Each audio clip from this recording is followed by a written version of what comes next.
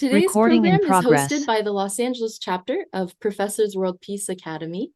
And to share a little bit more about who we are and what we do, we would like to share a very short video presentation. So please enjoy.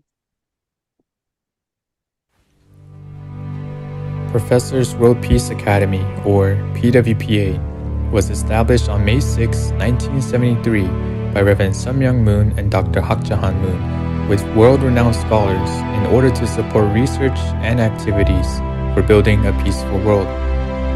Back then, they saw there were many signs of the decline of America. What about drug problems? Free sex and juvenile crime problems? What about the breakdown of families? 3 out of every 4 marriages in America ended in divorce. What about racial problems and the threat of communism? Even at this moment, fierce wars and brutal massacres are going on in numerous places around the globe. Many people are suffering from the effects of climate change, environmental pollution, regional conflicts, and particularly from a confusion of values. We must fundamentally change this deplorable situation and open a new era of peace. Reverend and Mrs. Moon founded PWPA to be a trailblazing organization at this critical moment in human history to mobilize those intellectuals who have devoted their lives to the advancement of human wisdom and to enable them to play a leading role in overcoming the dangers of the age and opening new pathways to world peace. If the world is to solve its many problems, it needs leaders. The founders sincerely hope that the member scholars of PWPA will participate actively, not passively, in the search for and realization of the universal human ideals. PWPA exists not only for the advancement of the sciences, but also for the practical promotion of the well-being of humankind, thereby differing from most other scholarly institutions. PWPA is international, multidisciplinary, future-oriented, and action-oriented. The goal of PWPA is to put ideals into practice by generating new ideas by which peace can be realized and actively participating in their implementation. Mutual cooperation across national and regional boundaries and interdisciplinary studies that go beyond limited specializations are absolutely necessary. Like-minded academic professionals from various fields and disciplines have joined together in PWPA to search for truth and goodness with intellect and conscience under the goal of making a contribution to the development of a new culture for the welfare of all humankind.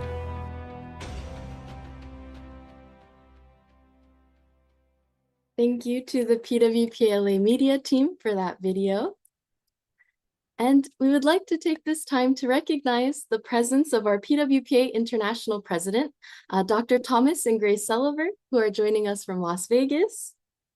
And we also have one of our PWPLA Advisory Committee members, Professor Grace Apiafi, Professor of Kinesiology from Pasadena City College. Thank you for joining us today. And so for today's program, we have a very special panel with us of renowned scientists who will be speaking very shortly. But before they do so, I would like to briefly introduce each one of them. So joining us today, we have Dr. Brian D. Josephson, Professor of Physics at the University of Cambridge and a Fellow of Trinity College, Cambridge, and a Fellow of the Royal Society. He is a Nobel laureate in physics, and he is interested in how the mind can be properly included in physics, and has pursued this work in his Mind-Matter Unification project. Thank you for joining us today, Dr. Josephson. Next, we have Dr. Lal, who will be joining the first portion of our program, and he is a distinguished professor of soil science and the director of the Rattan Lal Center for Carbon Management and Sequestration at Ohio State University. In 2021, he was ranked #1 agronomist and #1 environmental scientist by Stanford University's global ranking. Thank you for joining us today, Dr. Lal. And next we have Dr. William Keepin. He holds a PhD in applied mathematics, a master's in mathematical physics, a master's in East-West psychology, and honorary doctorate from the California Institute of Integral Studies.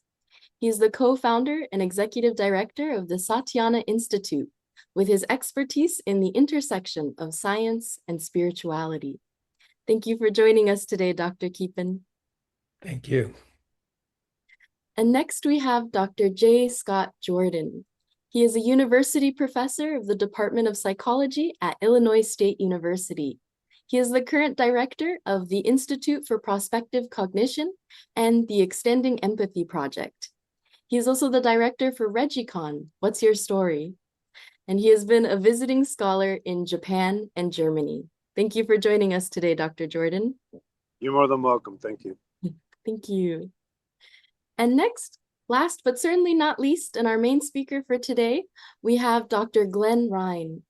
After obtaining his PhD from London University, an assistant professorship at Mount Sinai Medical School, he studied various biomedical disciplines at prestigious institutes like Harvard and Stanford Medical Schools. He has extensive corporate experience at a Fortune 100 company working on innovative product development and obtaining numerous patents. He is the CEO of the Quantum Biology Research Lab and co-founder of Glee Biologics. Glee is developing aquaceuticals with structured water, nanoparticles, and frequencies of biomolecules and pharmaceuticals in accordance with the emerging field of informational pharmacology. Thank you for joining us today, Dr. Ryan. My pleasure. Thank you. And thank you, yes, to all of our panelists for being here with us today and for sharing your insight. And so for today's program, we will begin with a panel discussion on the unity of religion and science.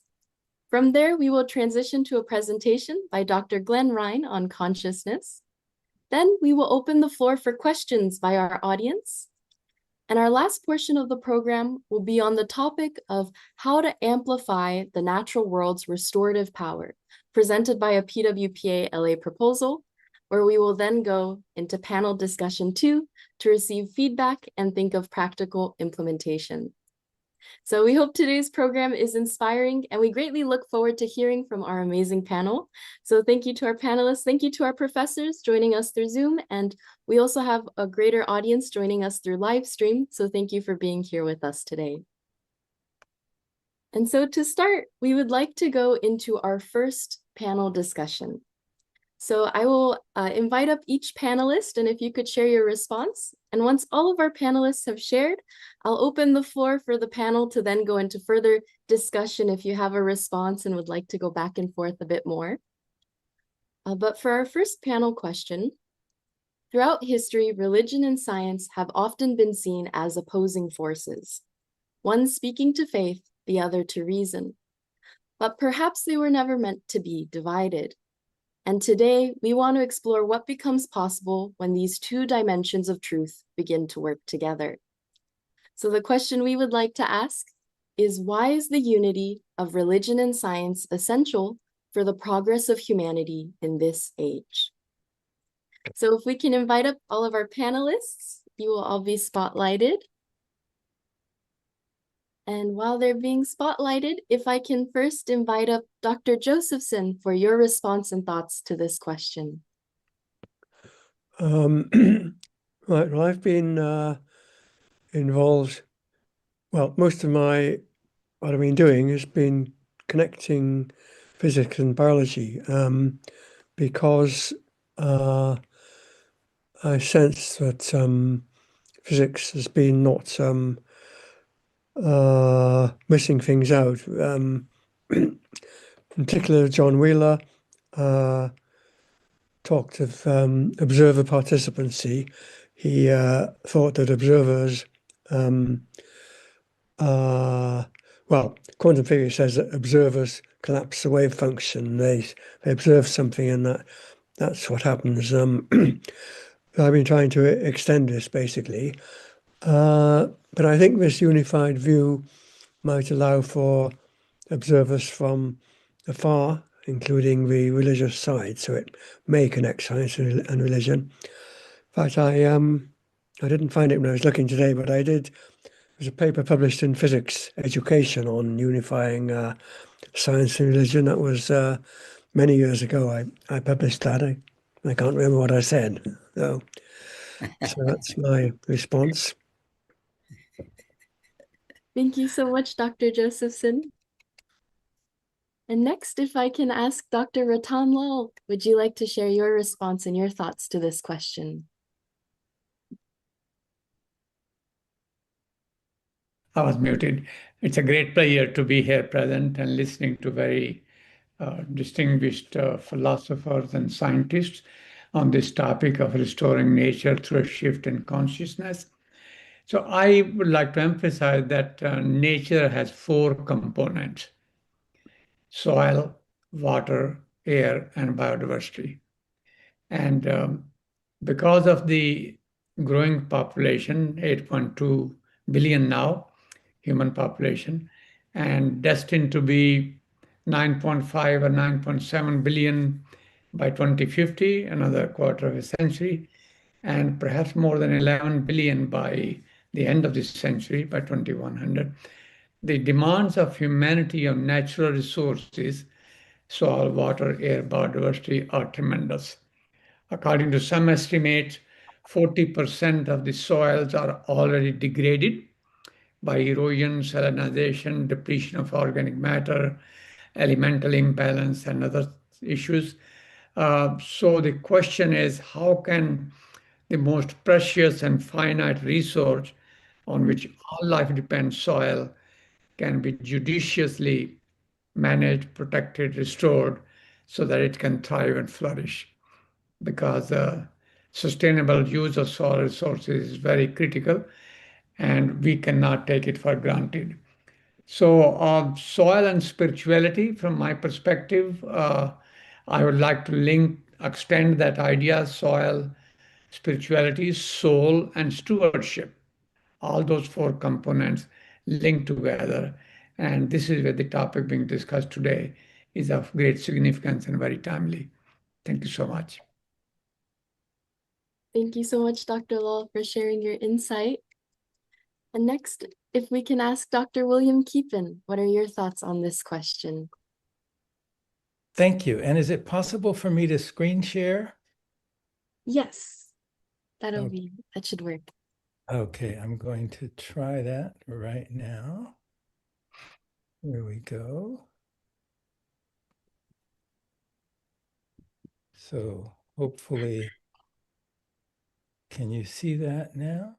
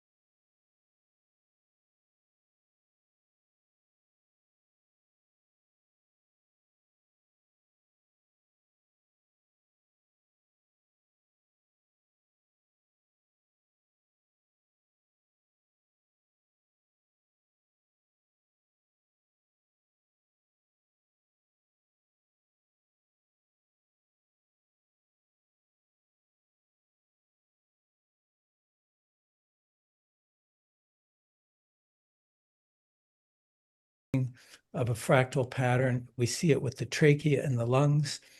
So all of these are examples of fractals, the most basic example of which is the Mandelbrot set. Most of you have seen this, I'm sure. It's a plot of a nonlinear iterative process in the two-dimensional plane, but it has this unique feature if you magnify it. So if we dive in and just magnify it very quickly, right at the top there, and we keep going, and we're going about an order of magnitude each time, we finally come to an exact replica, hundreds of millions of times smaller within the original. This is the nature of holographic or fractal structures. And my belief, my conviction is that consciousness itself has a fractal structure, and that this actually explains the foundations of mysticism. For example, the great poet Rumi, who said, "The secret turning in your heart makes the entire universe turn." And this is not just a metaphor. Rumi is speaking literally about the ontological nature of consciousness. So we have a direct parallel here between the mathematical fractal and the spiritual fractal, if you will. On the right is that little formula that I mentioned, the nonlinear iterative process that gives rise to the Mandelbrot set in the plane of mathematics. There's a direct parallel in the spiritual process where there's a spiritual seed which gives birth to all of creation. We see this testified in the Bhagavad Gita, where God, in the form of Krishna, claims, "I am the original seed. I am the origin of everything. From me all proceeds. My eternal seed is found in every creature."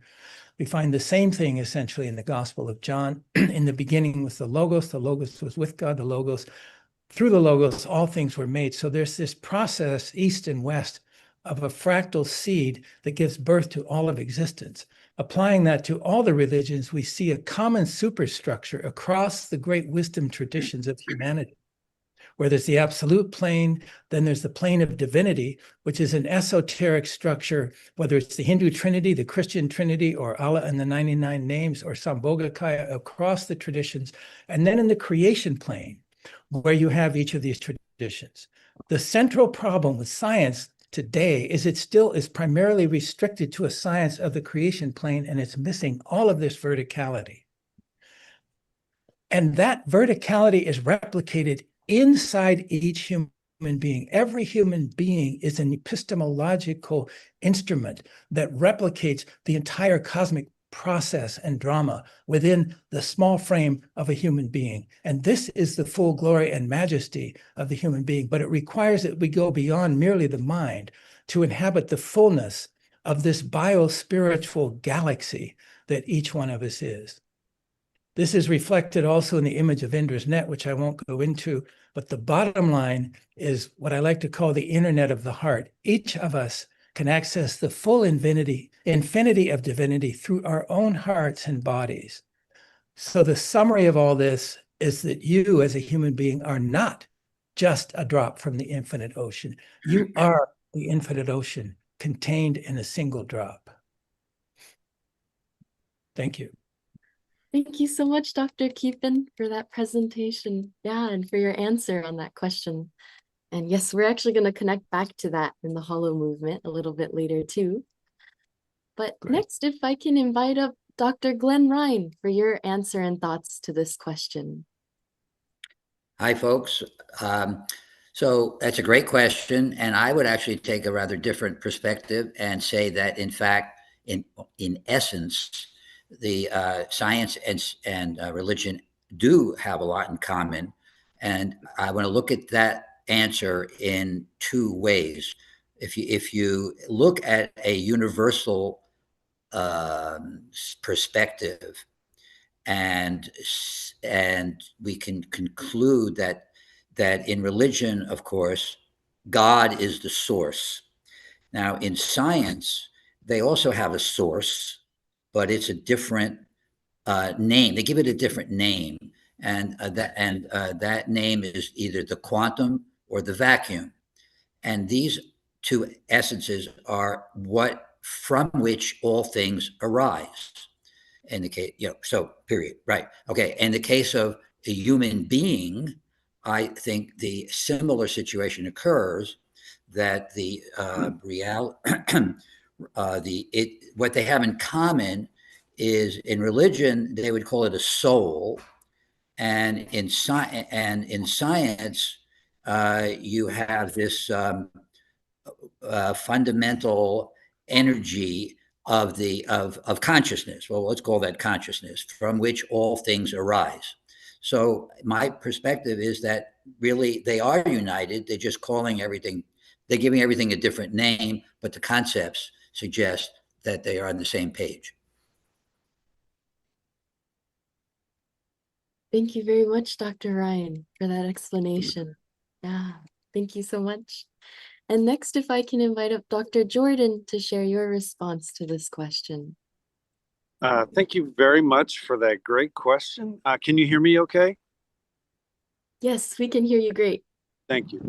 And so usually I give talks from rooms and auditoriums, but today I'm sitting outside of a Starbucks. I had to go on the road for a family reason, but my answer to this question would be looking at the cosmos, reality, whatever we want to call it, as an internally related unity. This is an idea that was popular in German philosophy in the mid 1800s, in the sense that I think the science is kind of there. And the science is the idea of energy transformation. So an ecologist by the name of Odom argued that what we are energy transformation systems sustaining ourselves within an energy transformation hierarchy or cosmos.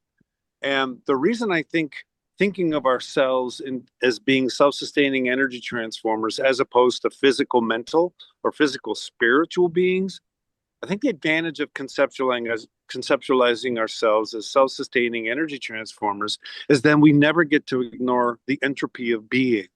In other words, for us to exist in an energy transformation reality, some things have to be consumed. Things have to be broken down. And I sometimes get concerned that the division between the spirituality and body, or whatever dualism we want to use, allows us to avoid the natural entropy generating nature of what we are. And I think when we can shift to conceptualizing ourselves as Shiva, Brahma, Vishnu all in one, then we recognize that our being costs the context that we are in. And then we can start to look at how do we manage the entropy costs of our being. And I think then we can start to entertain we're here. I don't think there's a transcendent realm to which where there is no contingency and no entropy. And I think thinking ourselves in this way will give us a more straightforward way of addressing the entropy challenges we've created for the context that we're in. So thank you for giving me the opportunity to say that. I appreciate it. Oh, thank you so much, Dr. Jordan, for joining us, even being on the road and joining us. We really appreciate it. My absolute pleasure. Thank you. And so, yeah, now we'd like to open the space for discussion. And would any of our panelists like to add on to what was said or shared by your fellow panelists, or yeah, have anything you would like to add to this discussion and to this question? Well, one thing that well, some of the people I'm working with have a very similar viewpoint, and they would perhaps have done better here than I am. But the other thing I'd like to mention is that the problems civilization face may well be addressed by one of my interests, which is cold fusion or low energy nuclear actions. It's extraordinary the way it's been sort of blotted out. You just can't mention it and explain what's happening. But the fact is that progress is being made, and in the next couple of years, you may be able to buy something to power your house just using, say, hydrogen or nickel as a fuel. So we have to wait for that. I'm in contact with people concerned, and I think there's a possibility that well, my college is interested actually because they're thinking of the future, and they expect them to be looking into it as well. Thank you, Dr. Joseph. Yeah, I look forward to that day too. We can have that energy in our house. And I see Dr. Lal, you would like to add on too?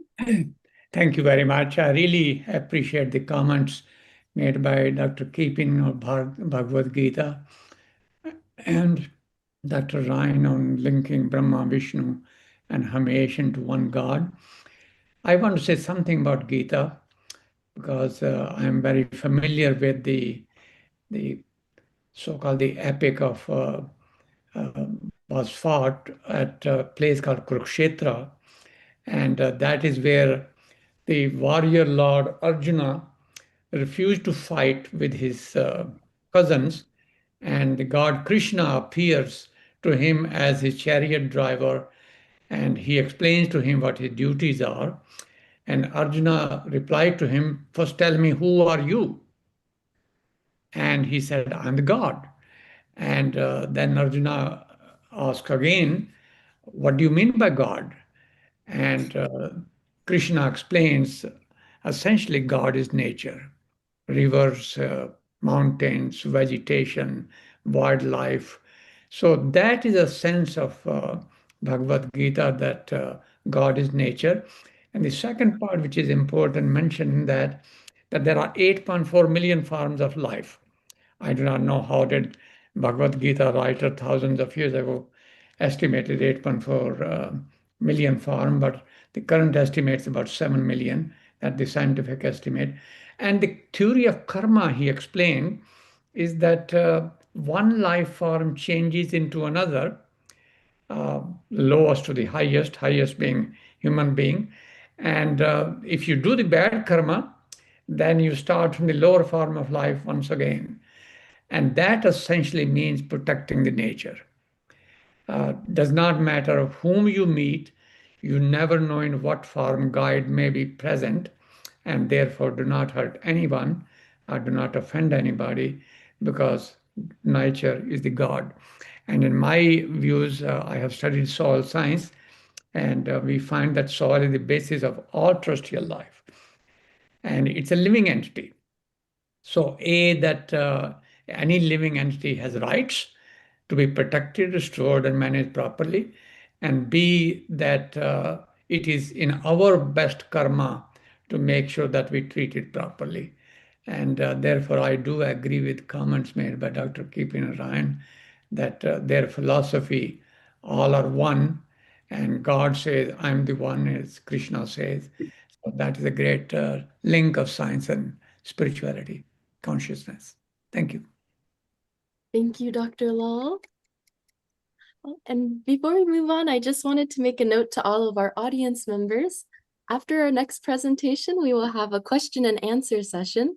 So please remember your questions, write it down if you need to. And at that time, we'll give the opportunity for our audience members to also ask questions to our panelists. But next, I see Dr. Keepin. Would you like to add on? Just a short comment about the Bhagavad Gita, because it's also a scripture that's very dear to my heart as well. And I know that Dr. Josephson has worked with the Gita, at least in context of transcendental meditation, from what I read on Wikipedia. I believe he got in trouble for bringing in the Gita in a scientific context, at least what I saw on Wikipedia. I've certainly had the same problem at I times. gave a lecture course on Mauritius Science of Creative Intelligence once. That was okay. Have more trouble on things connected with memory of water. The head of the department tried to block it, say I couldn't allow this lecture to be given. Of course, I ignored that, and the department survived despite the fears of the head of departments. Homeopathy.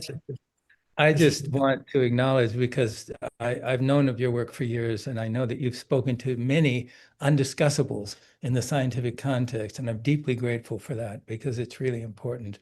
I just wanted to point out in the Gita that whole understanding of all of creation is contained in the self. The self is contained of all of creation, and all of creation is contained in the self, that identity, that fractal identity that I was speaking of earlier. And the last thing I'll say is that the first teaching of Krishna in chapter 2 is that human consciousness survives physical death, and that the person does not die when the body dies. And this is something that science is now, only now, with the near-death experience, finally beginning to seriously entertain. So in that sense, science has more than 2,000 years of catch-up to do, to where at least some aspects of the scriptural truths have known about certain things that science is now only just barely beginning to discover. Thank you, Dr. Keepin, for that additional point. I think that's an important point. And would anyone else from our panelists like to add on, or any other thoughts that came to mind? We want to open this floor for I discussion. had my hand raised up for a long time. Can I Oh, speak? sorry, Dr. Hiroi. We're Yeah. gonna have a question and answer session soon and then we'll Okay. open it for everyone, if that's okay. Yeah. I Just apologize. we are just diverting from the original question. Almost everybody.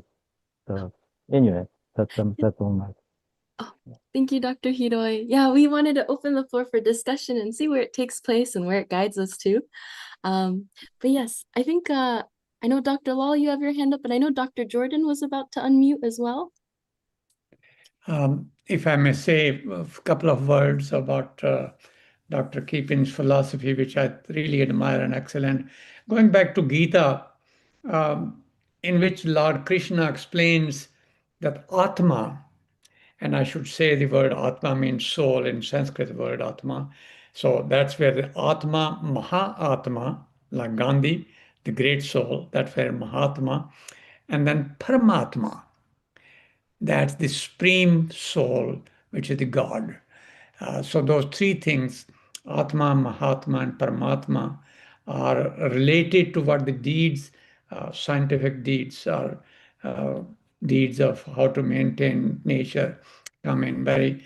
And the other part, which is important, that is that Atma, the way we say it in Sanskrit, in Hindi, that Atma never dies. It is the body that dies, and body keep changing shape depending upon your karma. So I think that concept of explained here is very important, that how Atma, Paramatma, and Mahatma are interlinked together with God, asking us, the disciples, to do the best we can to protect nature. Thank you, Dr. Lal. Thank you so much. And Dr. Jordan, would you still like to share too and add on? What I'd quickly like to do is just talk about the idea of conceptualizing ourselves as self-sustaining energy transformers means that we can conceptualize ourselves as embodiments of the context, embodiments of the energy gradients within which we sustain ourselves, which means that the brain, the skeleton, the teeth of the muscles of a lion can be conceptualized as the embodiment of the constraints of sustaining oneself on the energy encapsulated in the zebras.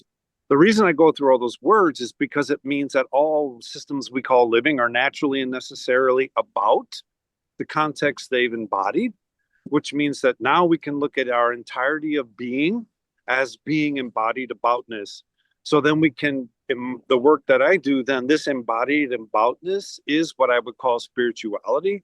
And then we can look at cultivating our aboutness, becoming more mindful about our aboutness, becoming more and more about our aboutness. And this then makes us more about the world's aboutness, the cosmos aboutness. And this way of thinking, for me at least, lets me integrate the humanities of science and then talk of spirituality in relation to talk of body. So thank you. Thank you, Dr. Jordan. Thank you so much. And would any of our panelists like to make any final comments before we move to the presentation? Okay. Thank you so much for all the insightful comments. We will have one more panel discussion later in the program, but thank you for answering this question. And yeah, I think this is an important discussion that we'll continue to have and continue to develop. Thank you for sharing your insights. And so before we go into our next presentation on the energetic mechanisms associated with raising consciousness by Dr. Ryan, we would like to highlight that PWPA co-founders, Dr. Sun Myung Moon and Dr. Hak Jahan Moon's vision was that the unity of religion and science may hold the key to addressing the social issues we face in the modern age, including our most urgent environmental challenges. In our recent PWPA LA conference, it was discussed that the environmental damage we witness today is not merely the result of technological misuse. It's a byproduct of the state of human consciousness. And over the past few centuries, humanity has experienced extraordinary scientific progress and technological innovation, leading to material comfort. Yet this same era has seen a decline in moral and ethical awareness. The misuse of power and technology to exploit nature, therefore, is not only an ecological issue, but a moral one. But the desire to create a better living environment originates from the human's heart longing for joy and happiness. However, the way we've allowed our consciousness to direct our behaviors has often been misaligned. Instead of expressing love and stewardship toward creation, it is turned toward domination and exploitation. And this current state of human consciousness has become the fundamental cause of our environmental crisis. And this misalignment has disrupted the interconnectedness of all things. To find a solution, we must ask whether consciousness exists not only in human beings, but throughout the universe itself. If it exists and is responsible for the interconnectedness of all entities, it could serve as a model for transforming human consciousness. As Dr. Keepin mentioned and shared about, renowned physicist Dr. David Bohm described this as the hollow movement, the idea that the universe is an unbroken wholeness of matter, energy, and consciousness. Reverend Sun Myung Moon and Dr. Hak Jahan Moon articulate in Unification Thought, that's the philosophical framework developed by them, that this interconnected reality originates from a cosmic consciousness, the primordial subject consciousness that imparts life, order, and purpose to all beings. However, human consciousness has become disengaged from this cosmic consciousness, and this separation distorts our perception and behavior, leading to actions that disrupt the natural harmony of life. Therefore, the most fundamental solution is not merely technological innovation, but a transformation of human consciousness.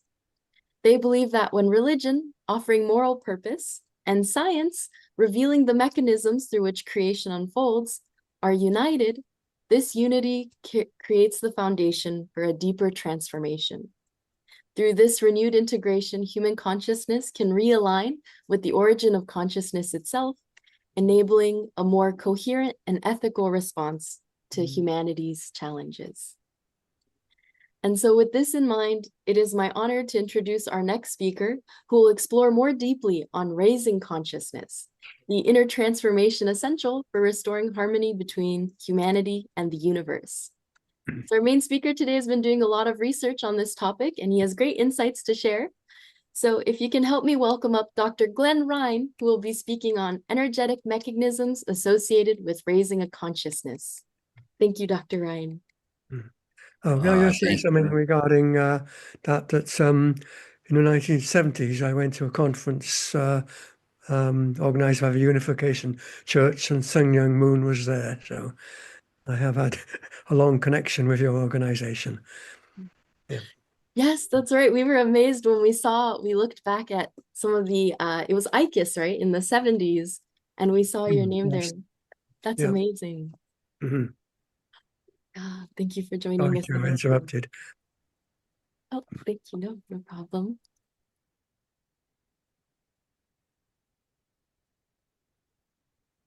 And before you start, Dr. Ryan, just letting you know that you're muted.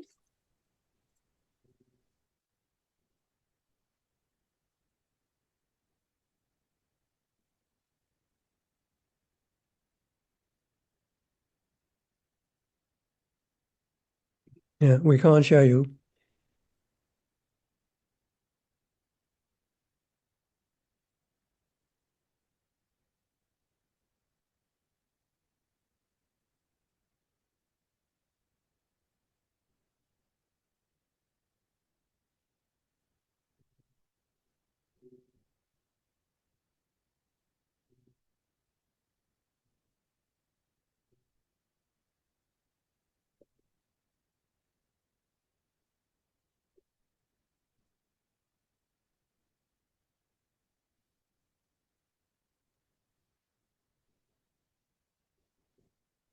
Dr. Ryan, would you be able to unmute? I'm trying. Oh, I'm pushing a whole lot of buttons. Okay, I found the button that says unmute. Now, can you see my screen? Yes. Okay. And if you go back to the top, right above home.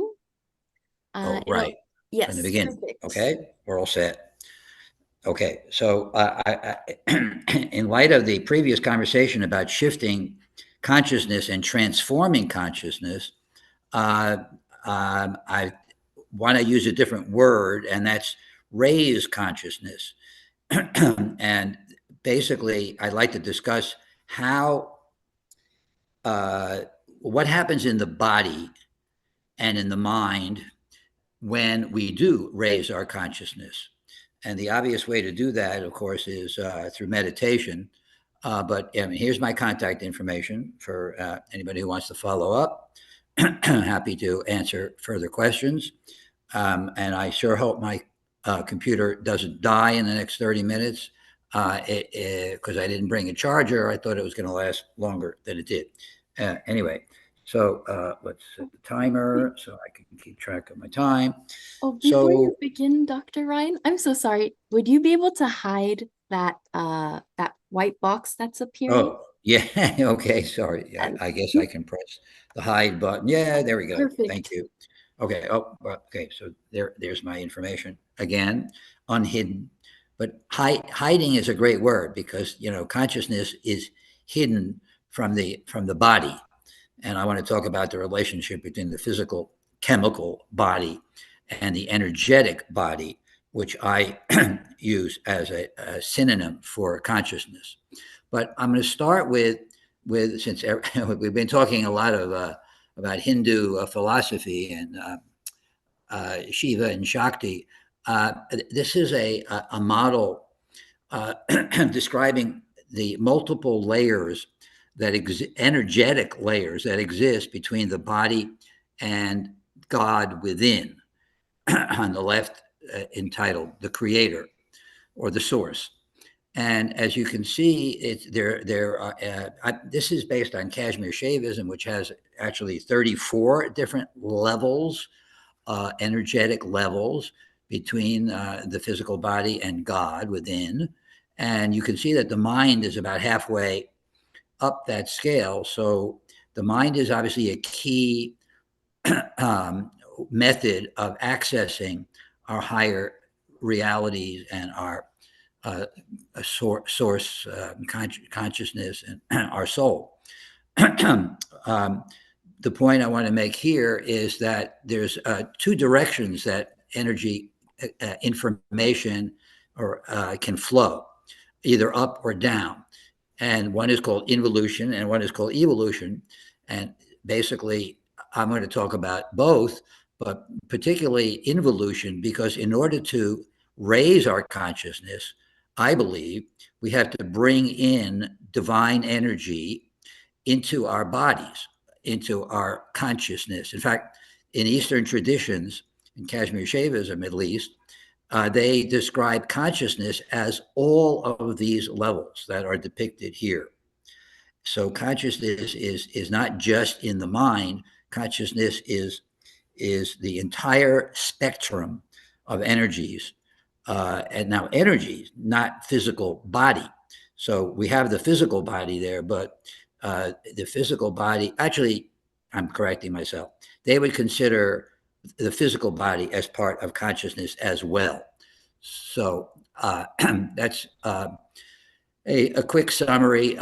This is another slide with the same thing. And these kind of slides are basically put together by what's called the mystery schools, at least in America.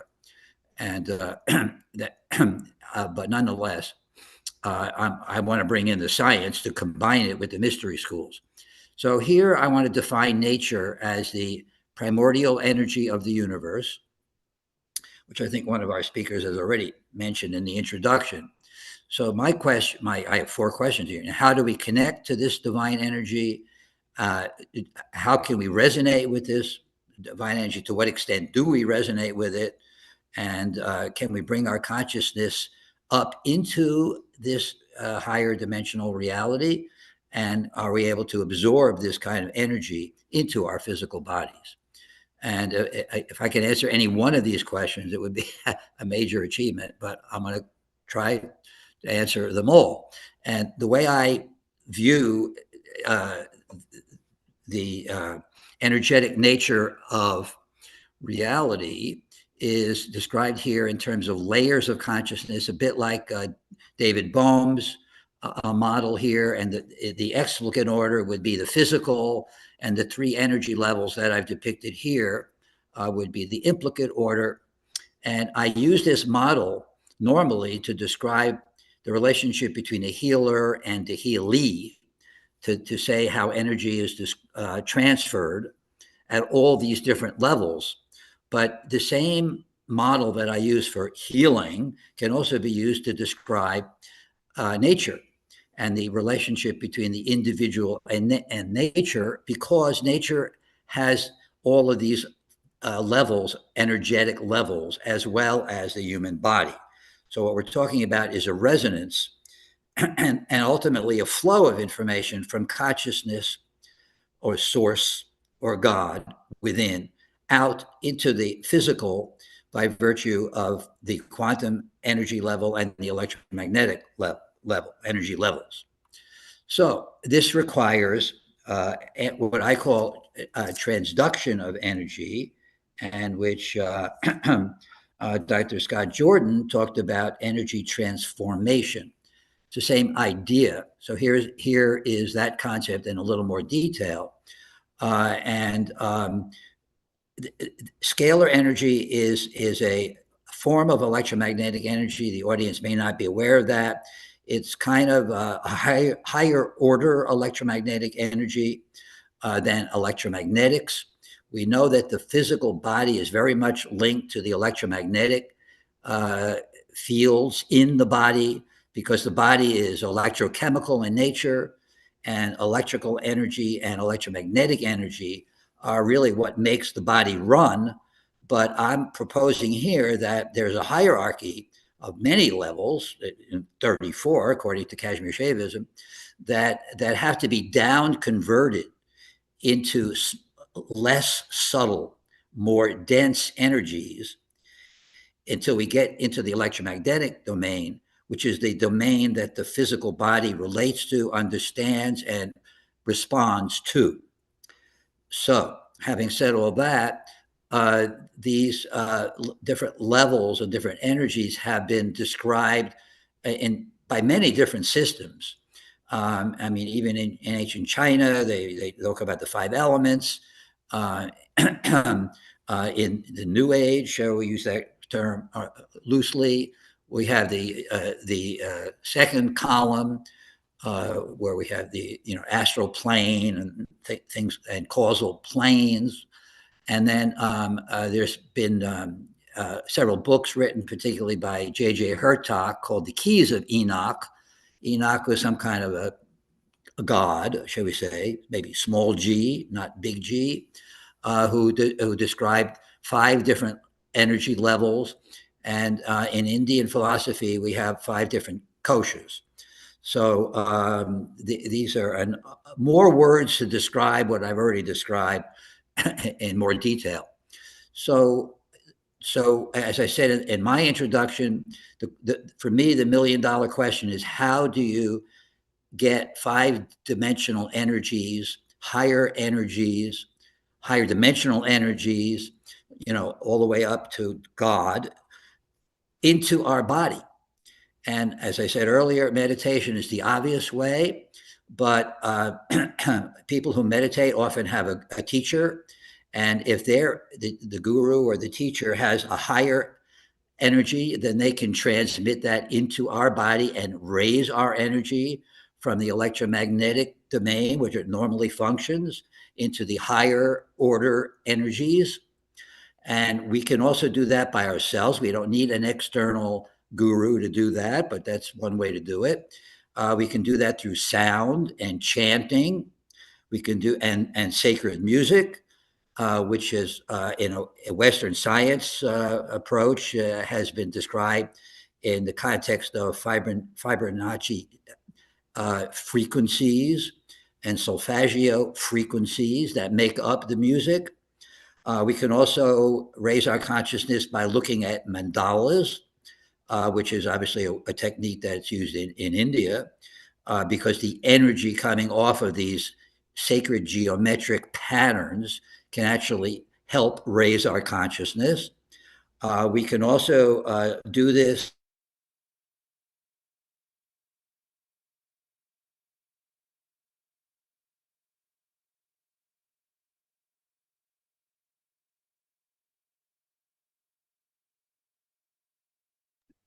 I think we lost the connection.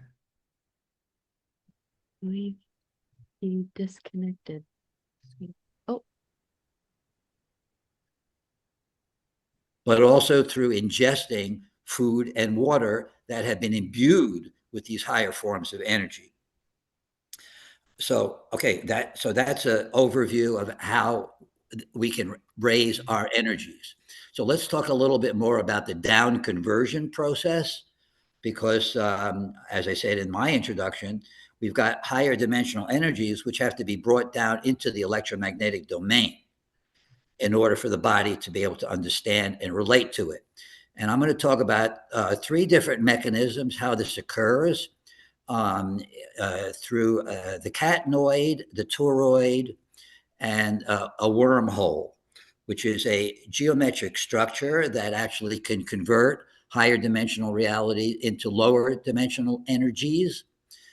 Phase conjugation is another concept in physics that also allows us to convert a laser, which is ordinary light, admittedly with quantum properties, into higher forms of light energy. And that process occurs both ways. So it can go from higher dimensional energies into lower energies and vice versa. And the idea of sacred geometric networks and grids, which have information of their own and can also be used to help raise our consciousness. Okay, so if we look in a little more detail about, I mean, I could probably spend the whole half an hour just on that one slide. But so let's look at direct versus indirect kind of energy down conversion. And the way I look at all this is that the biofield, or the energy of the body, is what resonates with the other energies, the higher forms of energy that I've been mentioning. And the the biofield itself is composed of all the energies that I described in my model much earlier in this talk. So the biofield contains electromagnetic energy for sure, but it also contains quantum energy and divine energy. It's all there.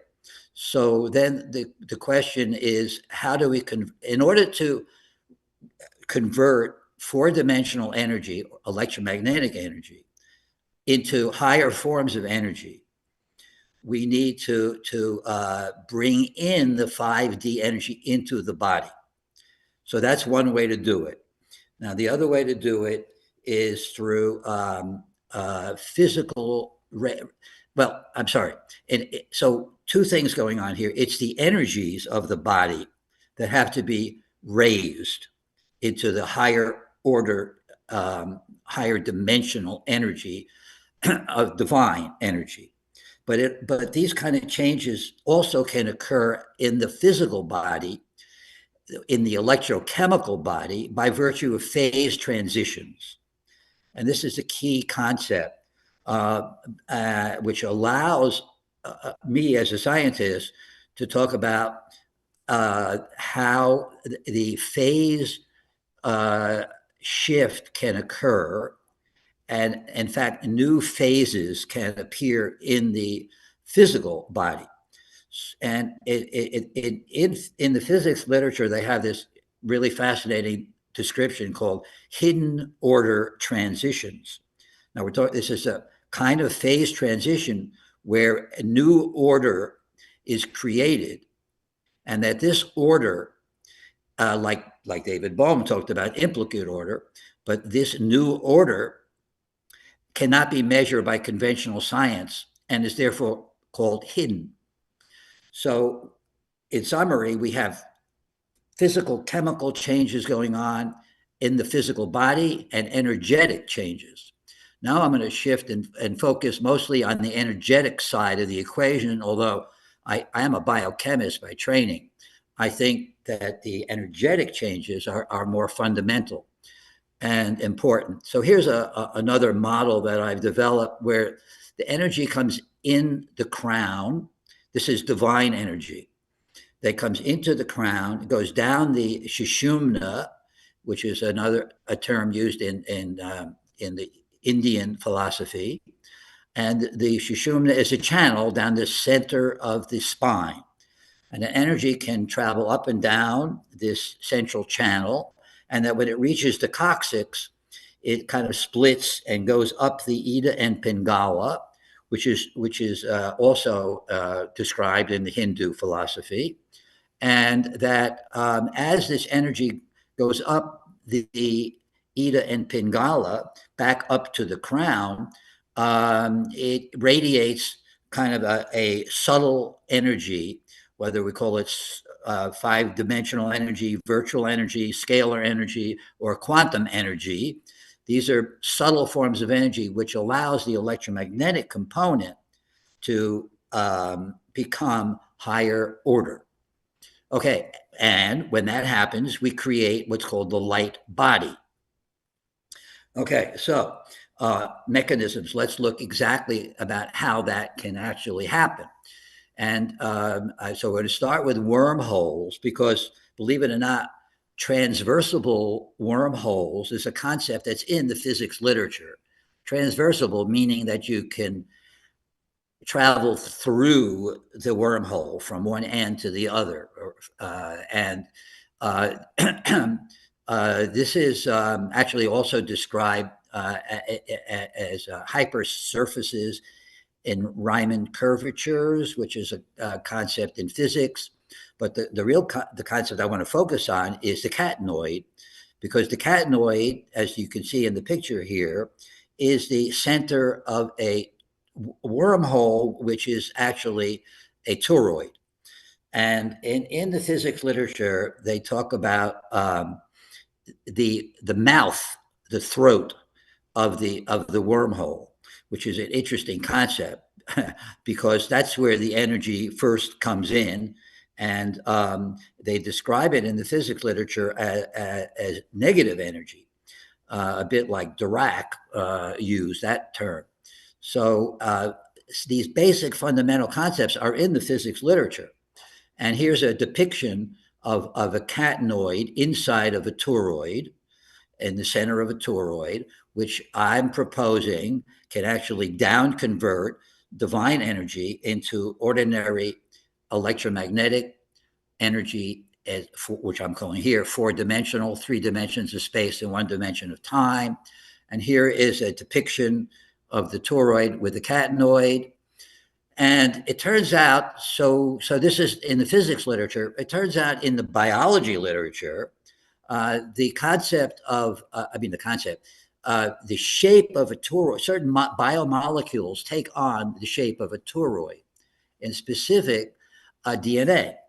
And there are electron micrographs published in the biological literature showing toroid DNA in the shape of a toroid. It's also called supercoiled DNA. And I guess the problem that I have is with biologists is they don't know the function of the toroidal DNA.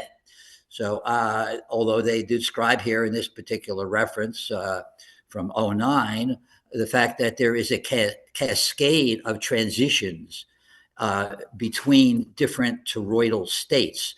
So not only can the toroid itself convert one kind of energy into another, it itself undergoes transitions from one type of toroid to another. And yes, I said all this. So here in the bottom left is actually an electron microscope photograph of two toroidal DNA molecules connected by a single strand or a double strand of DNA. And in my model, I'm proposing that this toroidal DNA can function to actually down convert divine energy into usable electromagnetic energy. Okay, so, and this was actually published. That theory is based on another theory I have about geometric resonances of DNA, and I don't really have time to go into that in too much detail, other than to say that the DNA and biomolecules in general can exist in different geometric conformations.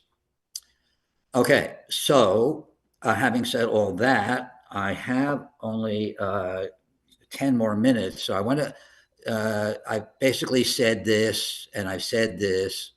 And now I want to talk a little bit about phase conjugation, which is another mechanism for converting higher dimensional energies into ordinary energy. And here on the left, we have a regular mirror, which can bounce light off of it, and that the light that comes in and the light that bounces off of this mirror is similar.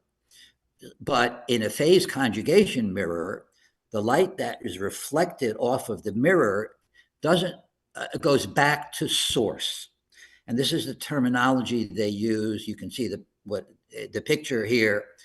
This is exactly what we talk about in the spiritual world, that energy goes back to source, that we need to bring our consciousness and our energies back to source, back to God. And in the physics literature, when they describe phase conjugation and they describe the light energy, so the input energy is normally a laser beam, and they describe the reflected light that comes back off of the surface as as time reversed virtual energy. Well, time reversed and virtual are two words that apparently the physics people are okay with, describing higher order energies. And as I said earlier, this phenomenon of phase conjugation is reversible. So it can convert 4D into 5D and 5D into 4D. So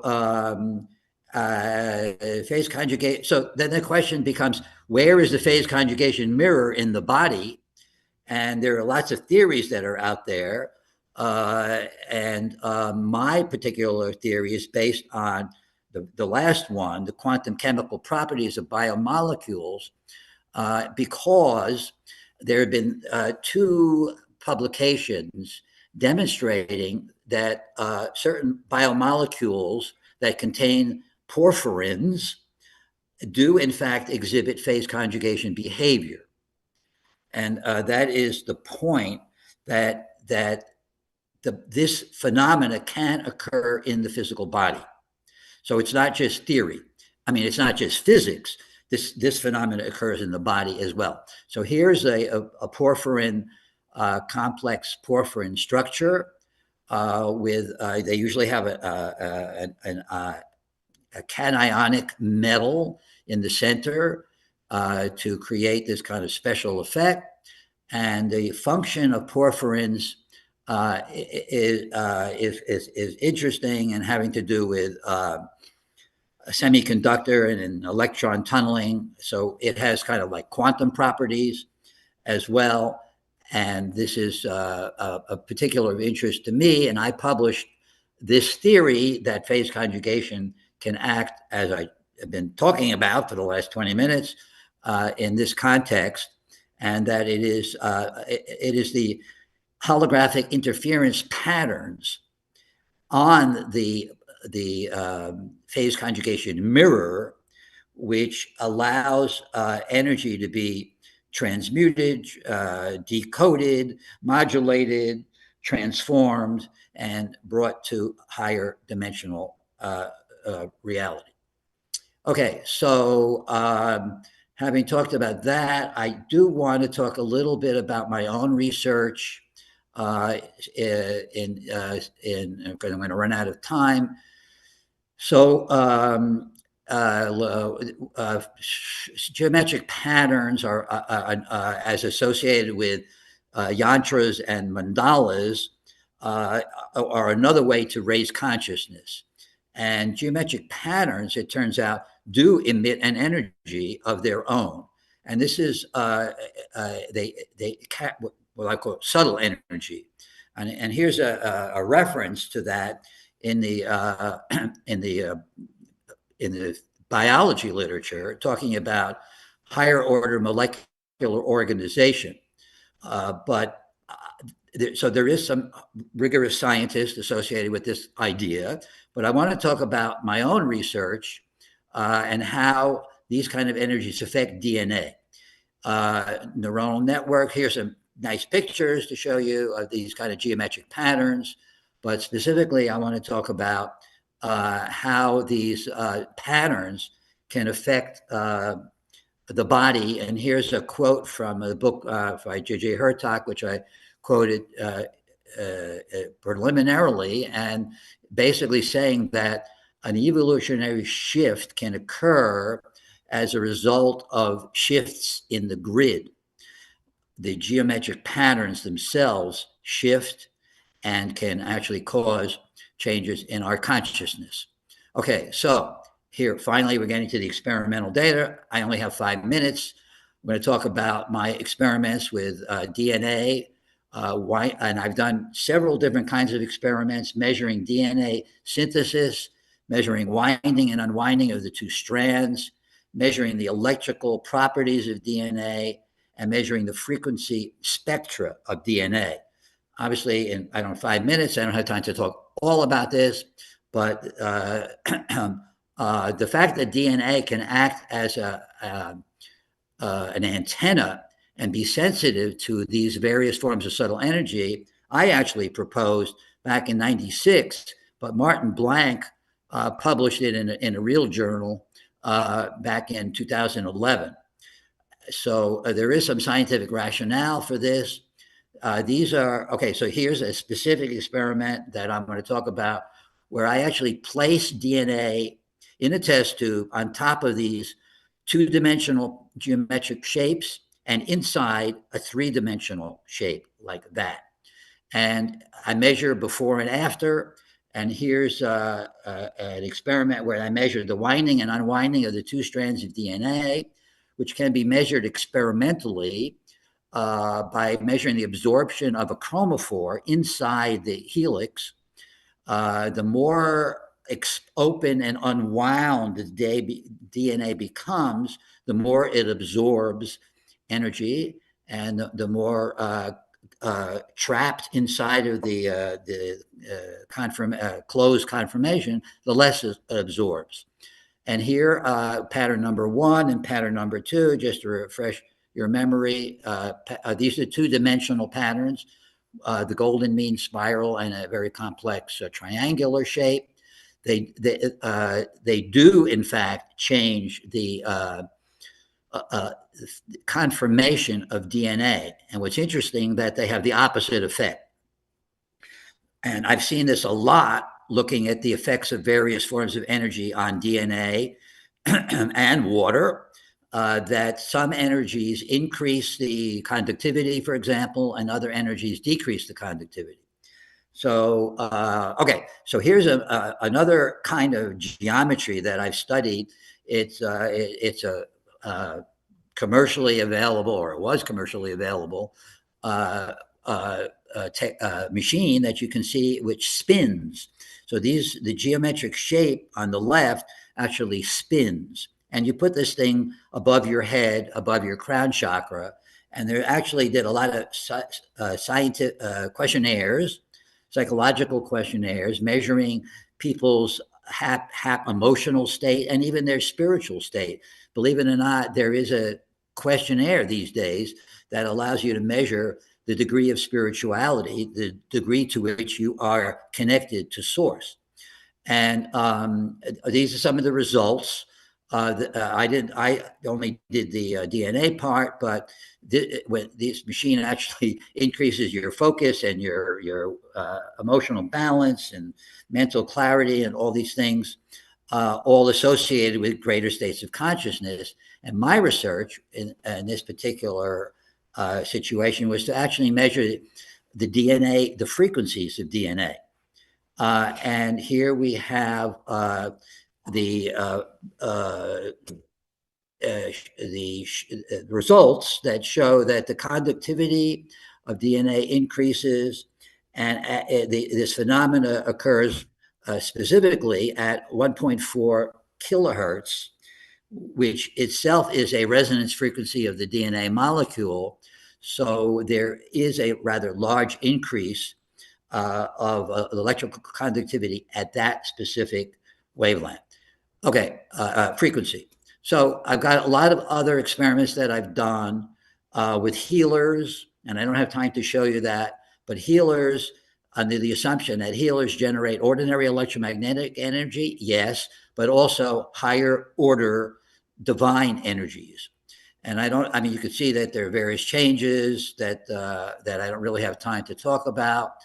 Here's another example where the healer can change the frequencies of DNA, which I've already mentioned before. But notice that depending on the frequency, the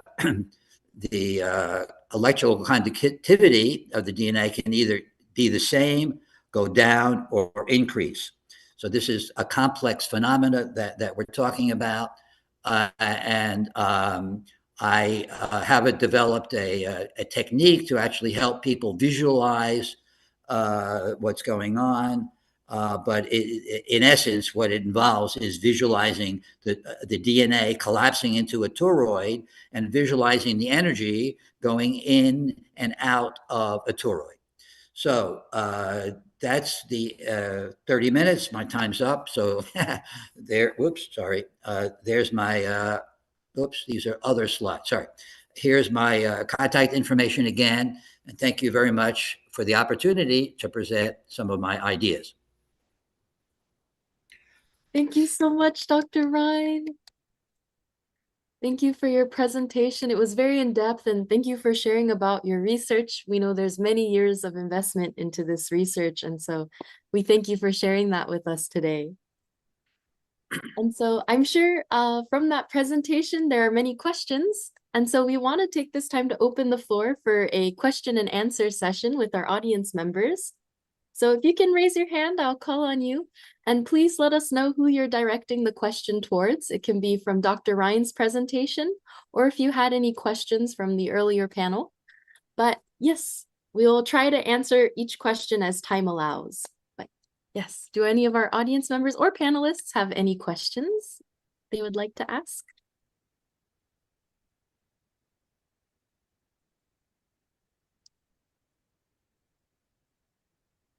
We might all still be digesting as well. So if you need a minute to reflect a little bit. Oh, yes, Dr. Davidson. Okay. I've not got anything to say now. Oh, thank you, Dr. Josephson. Let's see. Sorry, Dr. Davidson. I think our tech team is working to unmute. Oh, perfect. Great.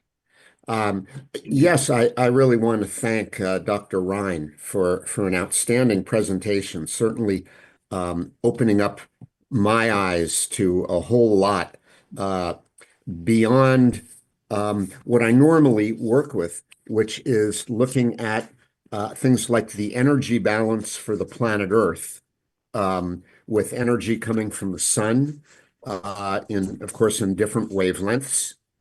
And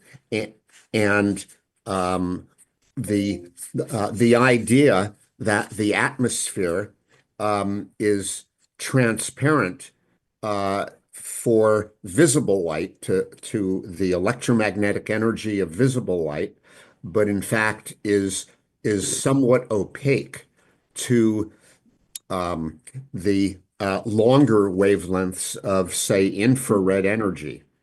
And I'm just wondering whether these traditional ways of looking at energy transport have any kind of analog when we're talking about higher forms of energy and how that energy moves around, where that energy is spatially, because obviously um, by bringing physicality into the picture, which we have to do if we want to understand climate change. That makes an understanding of several different levels of energy, 34 levels of energy, very, very complex. I'm just wondering, is there any thought about the physical location and how this energy moves around? Well, so the first part of that question was about conventional energies and how they penetrate the body or don't. And I mean, I've been part of the Bioelectromagnetic Society for many years, and they obviously have their own ideas about how electromagnetic energy propagates through the body and where it's localized and how it functions. But the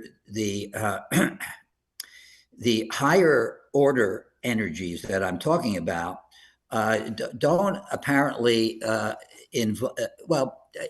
use the same mechanism.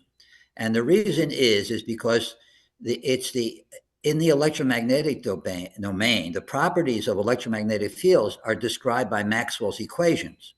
And the kind of energies that I'm talking about are not described by Maxwell's equations. Maybe Schrodinger's equations, or maybe even equations we don't even know about yet, because quantum energy, although quantum processes have been described in the body, this is a new discipline called quantum biology. They do acknowledge that quantum processes like photosynthesis do exist in the body, but they do not really talk about quantum energy fields. And I'd love to get some feedback from the rest of the physicists in this speaker list here.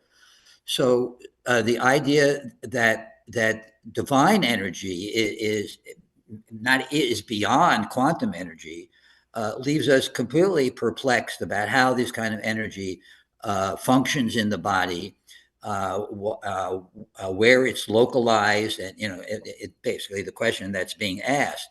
And the only thing I can say to that is that I believe that there are higher dimensional properties. Certain molecules like DNA, for example, have quantum properties. And if they have quantum properties, then they probably have higher order energies associated with them. And I'm a biologist, not a physicist. So exactly how these energies are utilized by the body, as far as I know, maybe Dr. Josephson has some other ideas, is unknown at this point. Well, there's a field of biology known as biosemiosis, which is how information has meaning, and I think that answers your question. There's a very nice paper by someone called Barbieri, who goes into detail as to why it's something additional to conventional understanding. I'm not too sure what I can say about it. It's also connected with coordination dynamics in that there are units called synergies, which are studied by, can be studied in the brain, where information has functional properties. So in other words, we're talking about a special kind of organization which physicists don't know about, and I'm interested in studying it. Oh, me too. Yeah. Thank you. But you may have gone beyond where we've got. I don't know. I think these people, as I mentioned, really more into this than me, and they should have been giving this here talking about their insights. But anyway. Thank you so much, Dr. Ray and Dr. Josephson. Thank you, Dr. Davidson, for your question. That was a really good question. And I see, Dr. Jordan, you have your hand up. Would you like to? Yeah, thank you very much. Can you hear me? Yes, Yeah. great. I'm out here in the wind because it's too loud in the coffee shop. Thanks, Glenn. Thank Dr. Ryan. Thanks for that important talk. The question I have is, I completely copacetic with the idea of different types, different scales of energy. I'm very in tune with the idea of investigating things, particularly as it relates to the way we might consider dealing with climate change. The question I have is, when we label one of those energies a divine, I'm wondering, and to what extent we're sort of placing a valence on levels of energy. And I'm wondering if it leads to an assumption that achieving the divine, sorry, my coffee's the wrong way, is what will help us with the climate change. And the reason is, if we're going to believe that everything's about everything, if we're going to believe that we're fractal embodiments of reality, then all of it's divine, right? All of it is naturally and necessarily about. All of it is all of it is naturally and necessarily meaningful. I would argue there is nothing that is meaningless. So sometimes I wonder where we're going to put our efforts when it comes to understanding what we are and what we're in, when it comes to dealing with climate change and using notions of the divine as something that might, I don't know, I'll stop there. Okay, so I totally agree with what you just said, and that's consistent with the Hindu philosophy that, I use the term divine, but we could also use the term consciousness. We could use lots of different terms, but it's the most subtle, if you will. Go back to David Bohm. It's the most subtle of all forms of energy, at the center of the implicate order. And in fact, it was David Bohm who talked about layers within the implicate order. I'm just giving those layers a little more detailed description. But the fact that divine energy is present in all matter and in all other forms of energy is certainly been stated in the Hindu philosophy. But and to what extent that's acknowledged by physicists, I'm not sure, but I totally agree with you that the divine energy is always present in all forms of energy and all forms of matter. But the practicality of that is that, that energy is there, but how do we utilize it? How do we access it? And how can we resonate with it to help raise our consciousness? That was the theme of my talk. Thank you, Dr. Ryan. And I see Dr. Keepan would like to add on, or... Oh, sorry, Dr. Keepan, you're still muted.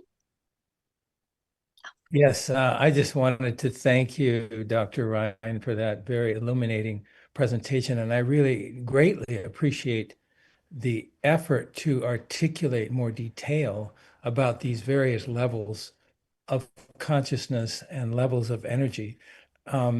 I have two questions. One is just about what you refer to as 5D and 4D. I assume the D refers to dimensions. Yes. But I'm Yes. sure. Okay. So then we're moving into higher dimensional realities in some Right. sense, that go beyond. Those aren't geometric Euclidean type dimensions, are they? Or are they perhaps? So that's just a little more about the ontology of those dimensions, if you have it. And then secondly, I'm assuming that a lot of what you're mapping out is already there in like the Kashmir Shaivism system. Is that correct? Essentially, and I think there's probably equivalent systems. I know, for example, the central channel is there in the Taoist system. It's there in the Tibetan Buddhist system.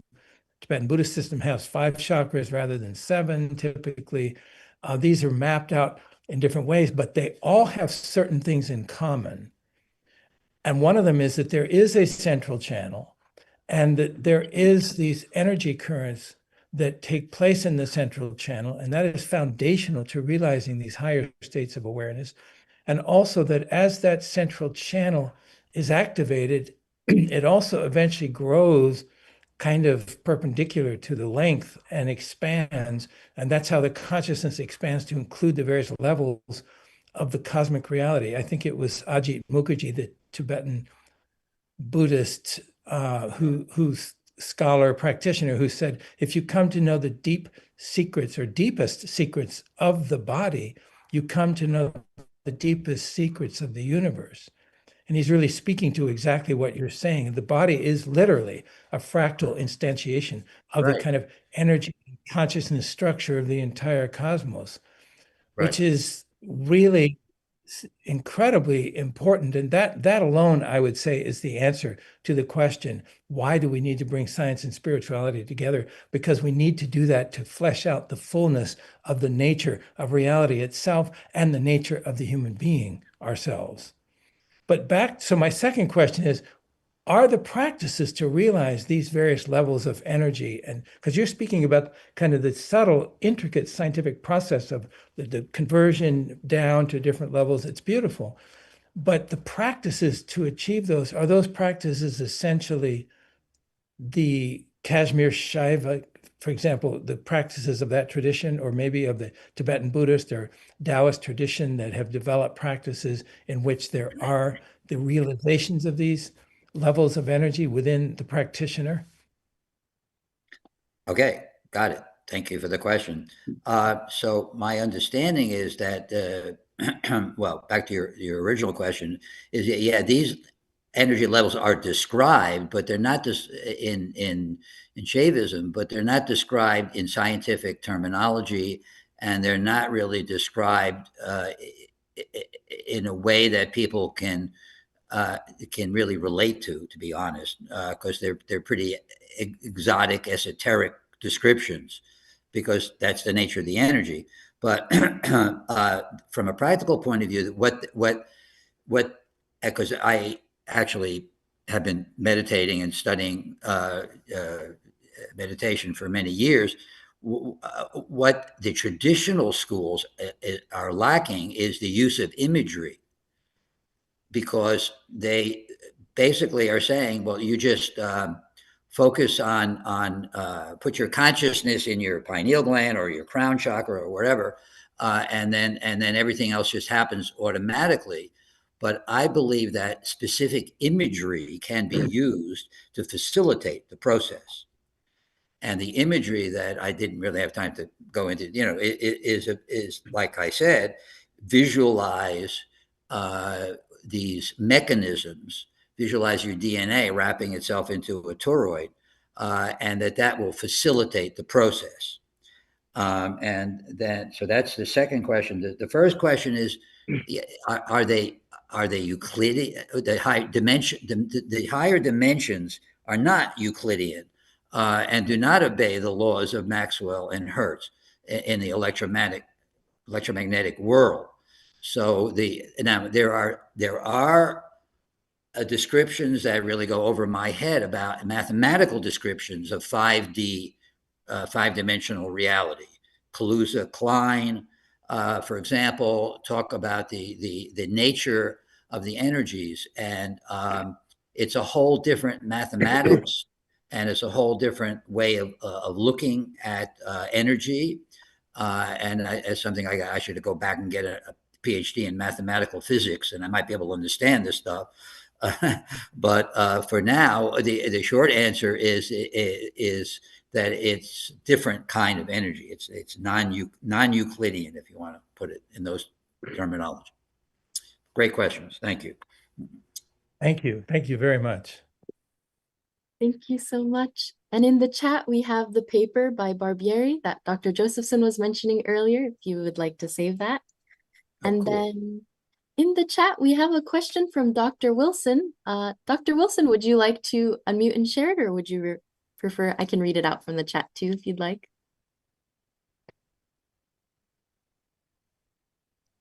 Okay, so I'm familiar with some schools of psychotherapy, like internal family systems, where the client focuses on a particular part of the body. And then through doing that, the client can access an emotion, an image, or an idea from that part of the body as a way of gaining insight into a mental or psychic state. Can you comment on what kind of energy, physical energy mechanism can be involved here? Involved, sorry, could you elaborate? Involved here? Where? Involved in the ability of a tissue of the body, like say a leg or a stomach or a throat, to be a place that gives insight into mental energy of thought, feeling, emotion, or image. Whoa, that's quite a question. Well,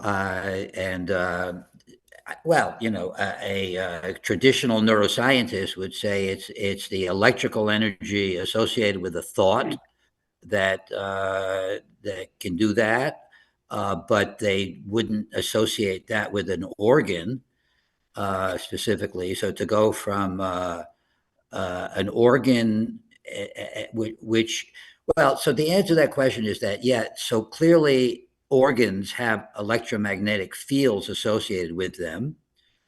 And the question then arises, are the higher dimensional energies that I referred to in my talk, are they present in the physical body, or are they only present in the higher dimensional bodies, like the light body or consciousness or the mind?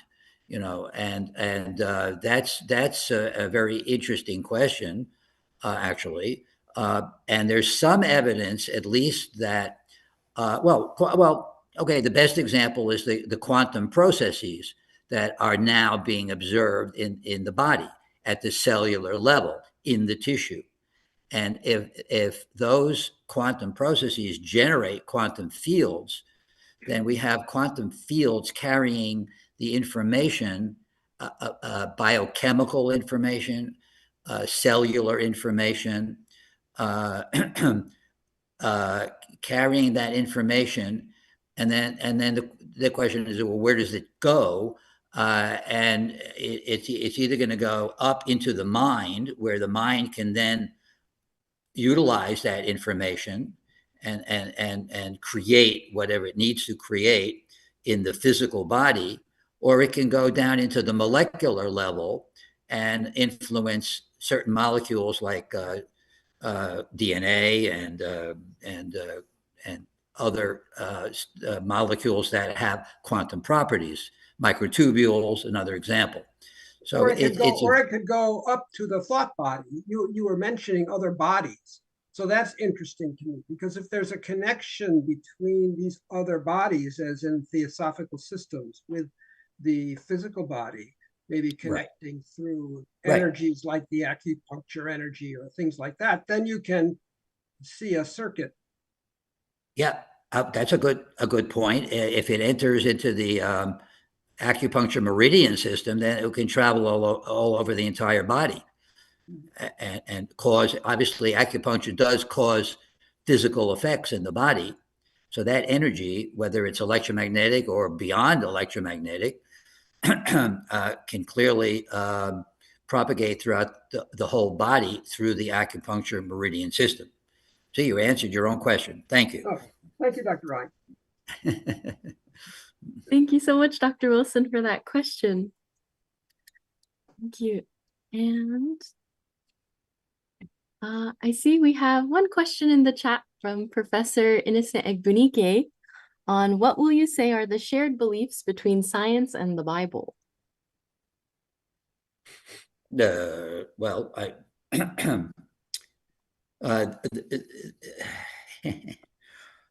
well, as I said in my introduction, the Bible would use the word God inside the body we're talking about, and scientists would use the word soul, except most scientists don't use that word. So maybe the word consciousness would be a word that would be used by a scientific community.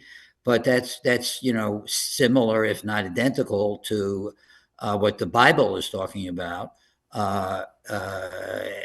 as a form of energy which controls everything in the body, our thoughts, our emotions, and our physicality. That's the short answer to that question. Thank you, Dr. Ryan. And would anyone else have any questions they would like to ask, or if any of our panelists too would like to add on?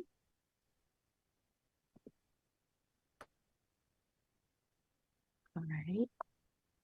Well, there's just one thing I say that's completely different, which is that Luc Montagnier was doing these experiments on DNA, where he found a particular sound signals could do something to the DNA. I think he was rather hounded out of science for suggesting that. As was Ben Van Ist earlier.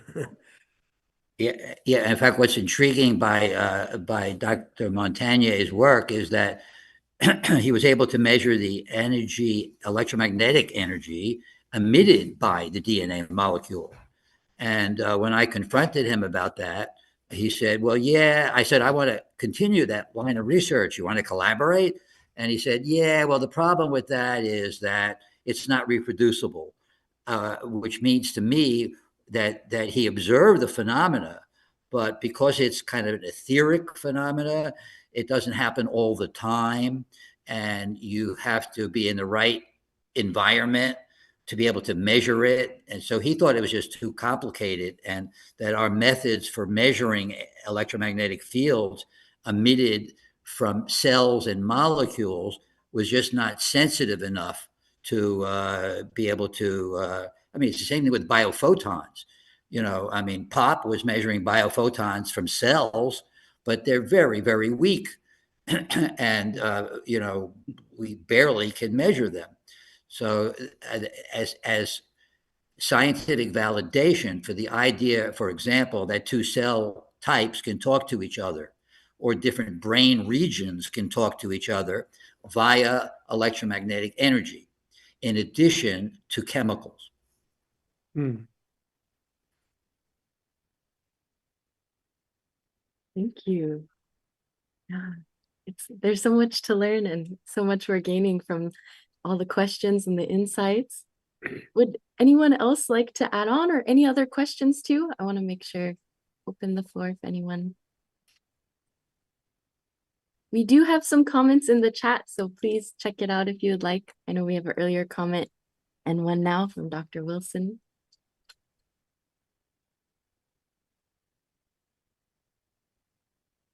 Okay.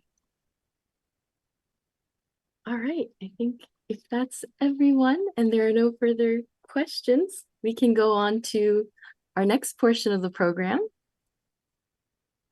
Thank you so much to everyone who asked a question, and to our panelists and Dr. Ryan. Thank you so much for answering each of them so thoughtfully. My pleasure. Thank you. And so I will now transition into a brief proposal by the PWPA LA team, and then I will re-invite our panelists for a final discussion.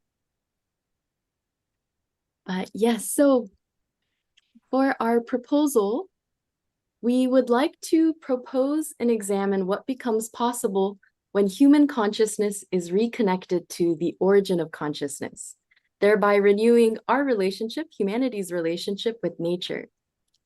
And we ask, what kind of new relationship between human beings and the natural world can emerge from this alignment? And how might it contribute to addressing the environmental crisis we face today? When we study natural systems, we observe that interactions between two entities sharing a common purpose often generate a greater output energy than the initial input. And let me share a few examples. First, in photosynthesis, through the exchange of sunlight, water, and carbon dioxide, plants produce glucose and oxygen, creating more usable energy than the initial input of light and matter. Second, in atmospheric and oceanic systems, warm air or water rises while cooler air or water sinks, forming convection currents. And these dynamic flows can be harnessed for energy, producing output energy that exceeds the initial heat input from the sun. And third, in geothermal systems, heat from the Earth's interior is converted into electrical energy, again with output far exceeding the thermal input. According to unification thought, the philosophical framework developed by the PWPA founders, This pattern is understood as a give and receive action, a process in which two entities interact in harmony toward a shared purpose, producing outcomes that are creative, regenerative, and expansive. And today we would like to explore whether this principle can be applied to the renewed relationship between human beings and nature to help restore our damaged natural world. The restorative power and potential of this principle can already be seen in both human beings and the natural environment. And so if we consider several examples of the regenerative principle embedded throughout nature, we can see, for example, in wetlands, often called the kidneys of the earth, host rich biodiversity and purify water by filtering pollutants and sediments before they reach rivers and oceans. They also store carbon, contributing significantly to global carbon sequestration. Phytoremediation shows us that certain plants like sunflowers, Indian mustard, and even corn can absorb and store heavy metals, naturally cleansing the soil and environment. And in marine ecosystems, especially coral reefs, we find a remarkable regenerative capacity. Through coral spawning, male and female corals release reproductive cells simultaneously, allowing reefs to renew themselves and maintain ecological balance over time. In a similar way, the potential within human beings is evident through our scientific discoveries and technological advancements. So once human consciousness is aligned, these capabilities may become a force that cooperates with nature's processes. And therefore, we would like to propose that a renewed relationship between human potential, expressed through science and technology, and nature's inherent self-healing power can form a new kind of give and receive relationship. Such a partnership may amplify our collective capacity to restore the earth, a collaboration between human creativity and nature's regenerative wisdom, grounded in a shared consciousness aligned with the origin of life itself. And so this is our proposal by PWPLA very briefly, but we would like to go into panel discussion number 2 on the question, what are your initial thoughts or feedback on this proposal? And how might we translate it into real world action? And so just like last time, if we can hear from each of our panelists, and then we'll open the floor for discussion, further discussion amongst our panelists. So if I can, re-invite up our panelists, thank you so much. And if we can go to Dr. Josephson, would you be able to share your response to this question and proposal? Well, it's rather outside my field, really. As I said, my colleagues know more about it than me, so I don't know if I have much to say.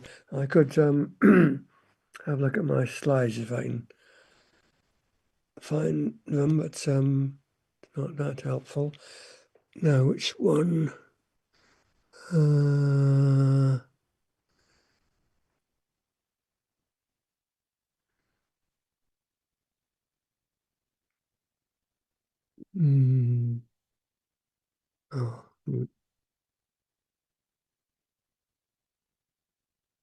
that one? No.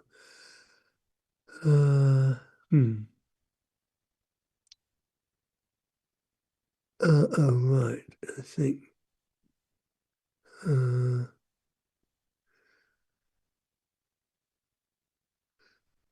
Well, it's just something I prepared in advance, and I think I may have to. Well, that's really just talking about how I moved from physics to critical phenomena, and then how the brain works, paranormal phenomena, higher states of consciousness. I collaborated with, did a paper with Hermann Hauser, who a chap behind ARM, and about language acquisition, and then onto hyperstructure theory, which is how structures develop in developmental processes. And student George Osborne did a simulation, then in came to the conference. The department said, that's not physics, you can't continue with it. Then I got in touch with semiosis. So at the moment I'm in collaboration with all these people, and it's Trevor and let me see if I can move this. Oops, Yeah,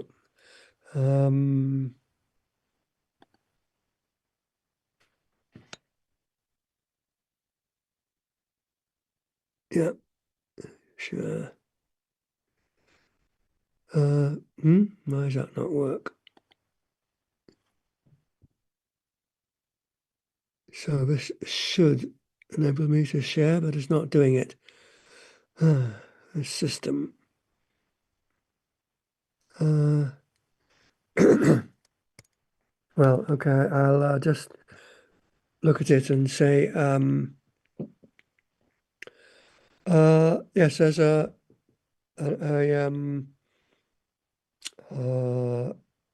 paper by Karen Barrard, or a book actually by her on agential realism, which talks about how things, you have articulation and materialization, which work hand in hand. When you use a special system apparatus, things can now be said in a particular context, and these lead to more of these systems, which in turn articulate. Also talk about sign theory. And if I can manage, maybe if I have another go. Just don't know why share isn't working. Nope. On our end, we see your screen very clearly, but oh, can you? Yes, but I want to see that. No, it's PowerPoint that I'm trying to show. You can't see it, I suppose. oh, we see your PowerPoint slide. Oh, perhaps I shouldn't press share. Okay, let me get back to Zoom.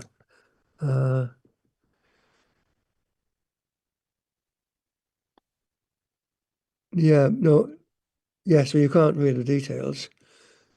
If I click on share, it does not work. Okay, well, let me get back to it and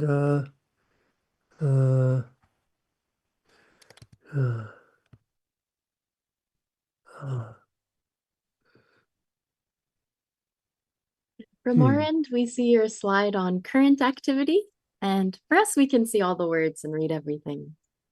no, well, for some reason I can't.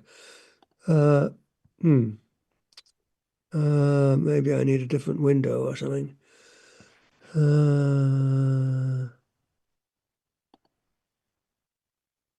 No. Well,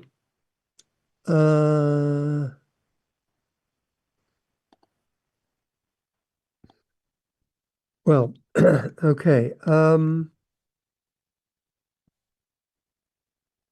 Right. Oh, she's really messing things up here. What if I do that? No, then I think that might be it. I go back.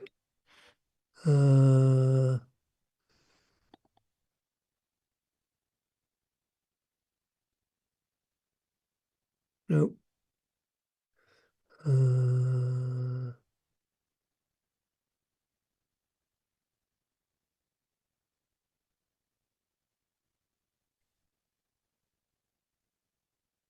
Well, okay, I can't even see the slide myself unless if I close that, I can, okay, now see the slide.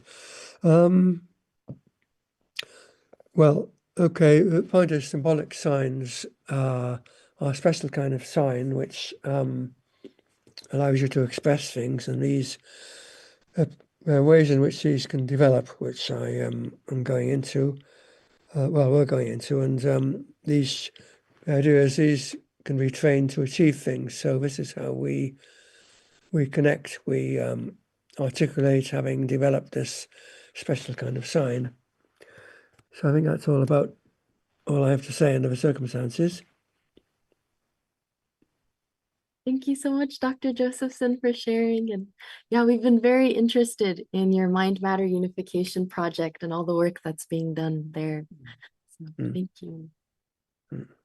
And yes, thank you. And next, if I can invite up Dr. Keepan to answer this question on what are your initial thoughts or feedback on this proposal and how might we translate it into real world action? Well, I too feel it's a little out of my expertise area, but I do have a couple of reflections. One of which is this idea of extending physics to take biological factors into account. That same principle of extending science to take spiritual factors into account and extending our awareness to take ecological factors into a greater account than we have. This is my felt conviction, or maybe conviction's too strong, a hunch, that there, just as we have seen, there are many layers and levels of conscious awareness within the human being and all these subtle levels of conscious realization that can be experienced through development of higher consciousness. If we approach the earth and the entire Gaian field as also having these dimensions, there are many dimensions to the living earth beyond what we normally perceive and beyond how we have perceived, particularly in our traditional Western kind of Newtonian Cartesian scientific understanding of the earth as a set of physical processes. And with that kind of a disconnection from the sacredness, if you will, or the subtle and spiritual dimensions of the earth, and really treating it as an object to be plundered for our own satisfaction and needs, and all of that, which we all understand, that kind of disconnect from the earth. My sense is that if we actually were to approach the earth as in the full mystery of a living being and begin to open ourselves to a level of symbiosis that has been lacking, that many of these environmental crises, that we begin to work with the natural systems of the earth, both the biological systems, physical systems, and consciousness systems, which are beyond our awareness normally, that I think we would enter into, applying that same principle you were speaking of, a remarkable accelerated healing of both humanity's relationship with the earth and healing of some of the ecological crises that we're facing, because those crises are exacerbated by our human attitude of disconnection from the earth, which has been unfortunately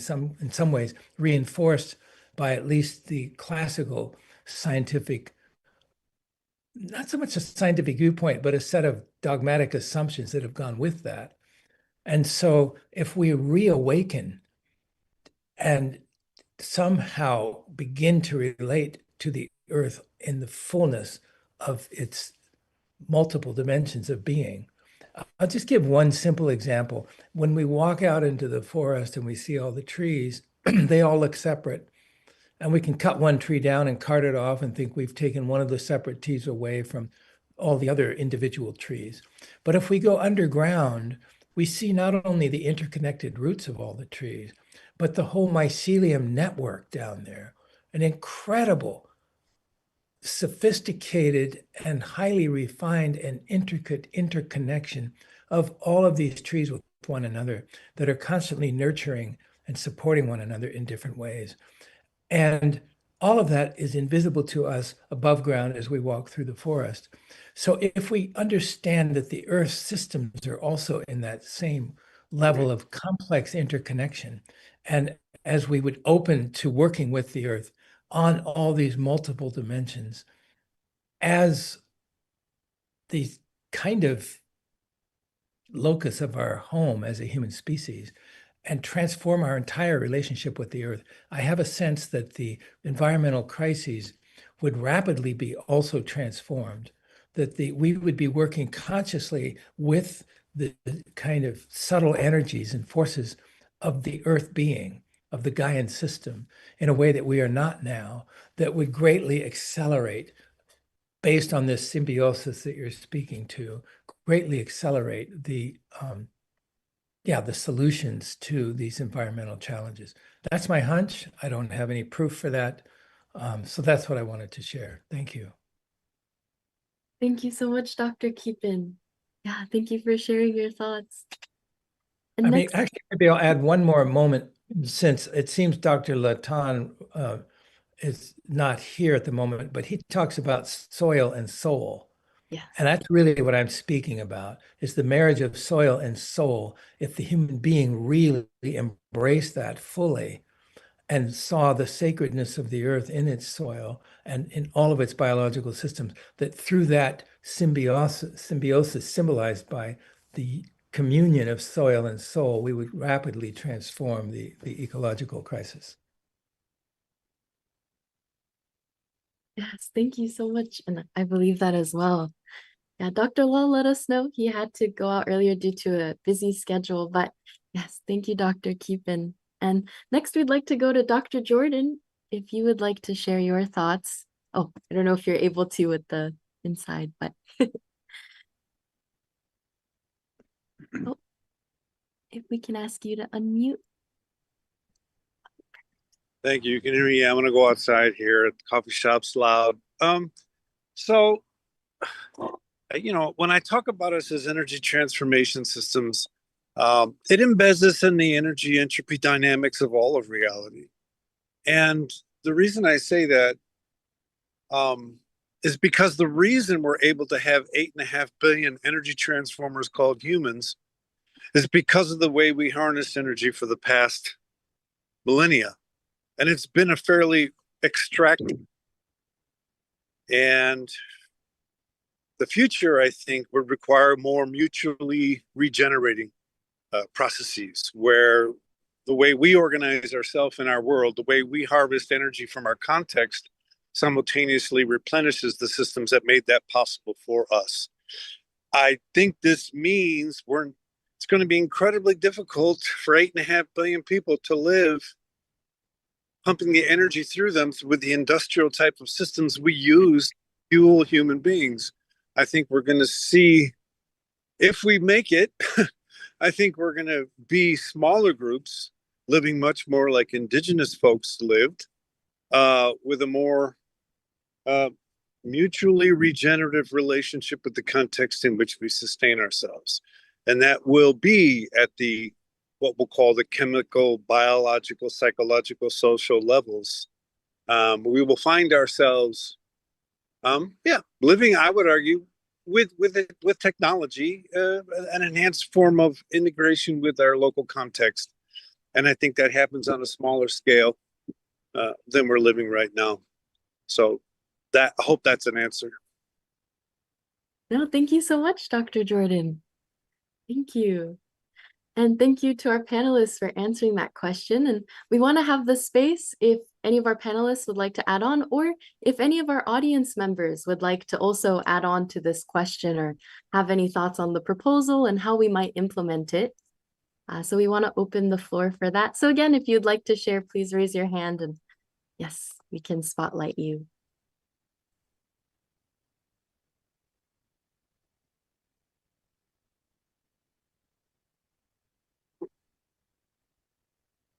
Is there anyone else who would like to add on or have any comments for this question?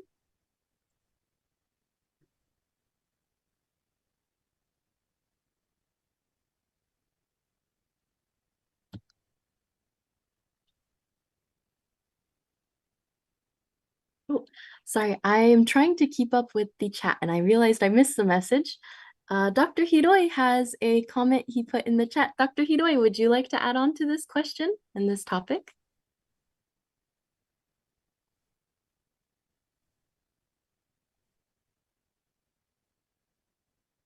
If you're not able to, I can read his chat message for now. He said, actually, there's possibly a lot more oil in, oh, Dr. Hiroi. Unmute. Yes. I just want to clarify the facts because we are kind of diverting from our original questions. in the first part also why we need unification of science and religion, because both has good points and the shortcomings. By combining the scientific methodology with a larger scope of religion, including spiritual and God's, you know, world, they can do the much better job reaching the truth. And then about the second question, how to utilize this natural ecosystem and then also the Earth as a planet. Um, these days, extreme environmentalists, they, without studying the mechanism of 4.5, 4.6 billion years of the Earth, they are doing extremely radical, like labeling CO2 as evil. But CO2 is a clean gas that is necessary for life on the Earth. If you don't have CO2, down to like 0.01% or something, we are almost at the lowest level. So instead of targeting CO2, you should be more concerned about more toxic elements like NOx and other pollutions, especially from China. So taking care of the first, those things that is against natural cycle of elements. Luckily, we have land and ocean. Land weathers, absorbing carbon, right? And then plate tectonics also resupplying CO2 onto the Earth so that the atmosphere will not be deprived of carbon entirely. So this planetary scale and then collaboration with bioecology, uh, that is more to study. And instead of just 100 years of human cycle, we have to look at millions or even billions of years of this planet. So we shouldn't be pretending that we know everything and try to reduce CO2 in our you know poor understanding of this planet. That's all I want to say. Thank you, Dr. Hiroi, for sharing and adding on. And yeah, thank you for your comments. I'm sorry I missed that earlier one, but thank you so much. And would anyone else like to add on, or if there is anything anyone wanted to, add on to this proposal or this discussion? Oh, yes, Dr. Davidson. Yeah, nobody's suggesting that we get rid of all the CO2. That's right. Oh, I'm sorry, Dr. Davidson. I think the tech team will help you unmute.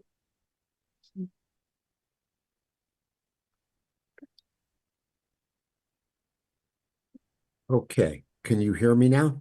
Yes, we can hear you. Excellent.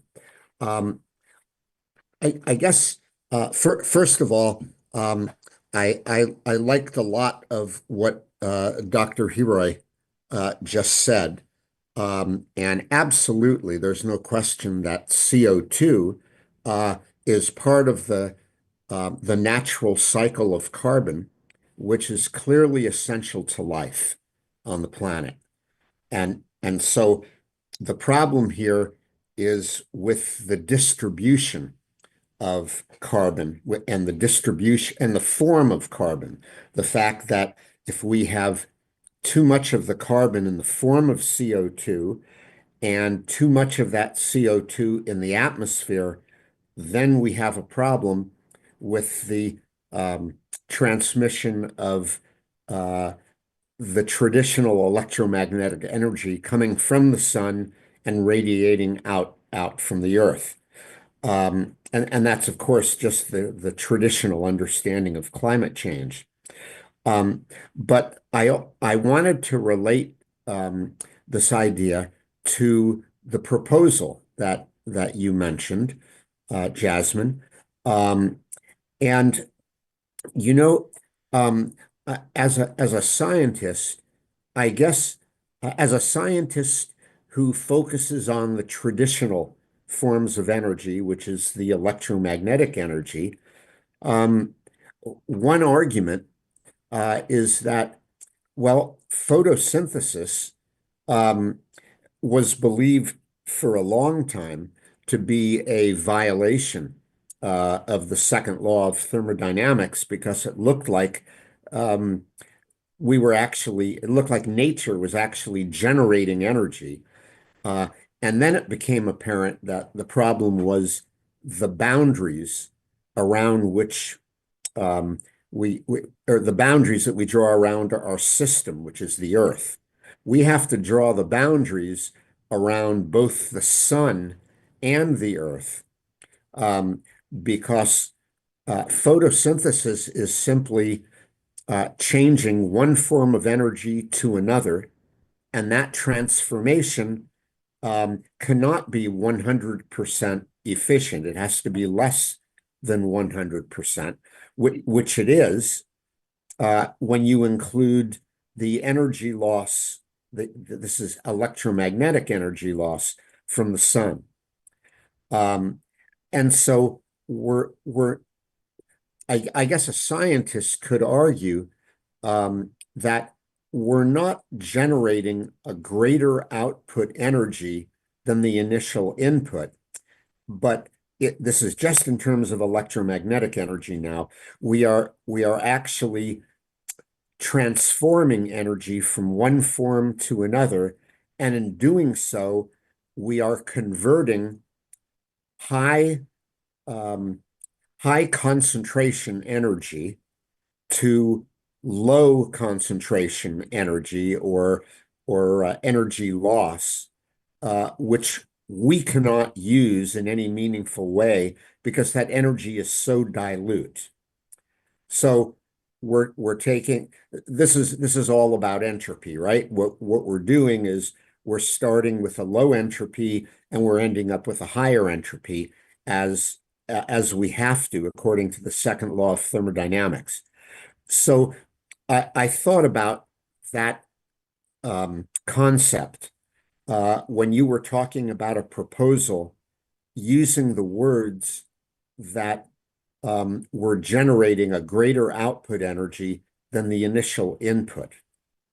I think a scientist would argue with that and saying we just have to draw our boundaries far enough so that we're including all the sources of energy that come into the system.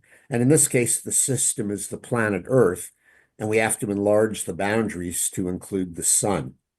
But that entropy always is going to increase, and the concentration of energy is always going to decrease. And again, this is simply for traditional electromagnetic energy. So that's my comment, and I would love to hear people's reactions to that. Thank you so much, Dr. Davidson. And yes, would there like to be any responses or comments in addition to that? If not, it's something we can also all think about and take with us too. But I do want to leave space if anyone would like to add or share. Oh. If I could follow up on Dr. Davidson's insight, we have created over the course of evolution, or as Bertrand Russell said, we've turned more and more Earth into life, and it's been through what Dr. Davidson calls energy transformation.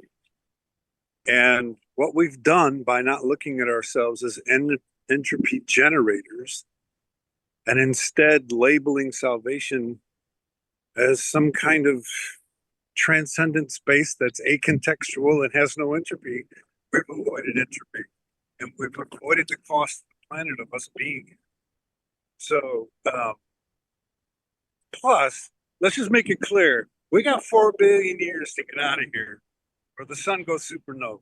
Okay, so these kind of basic scientific facts, there are certain forms of spirituality that I feel actually cultivate an avoidance of our system, or of our existence as embodiments of Brahma, Vishnu, Shiva, and the fact that we are natural born destroyers, and living systems break things down. They have to. That's what they are.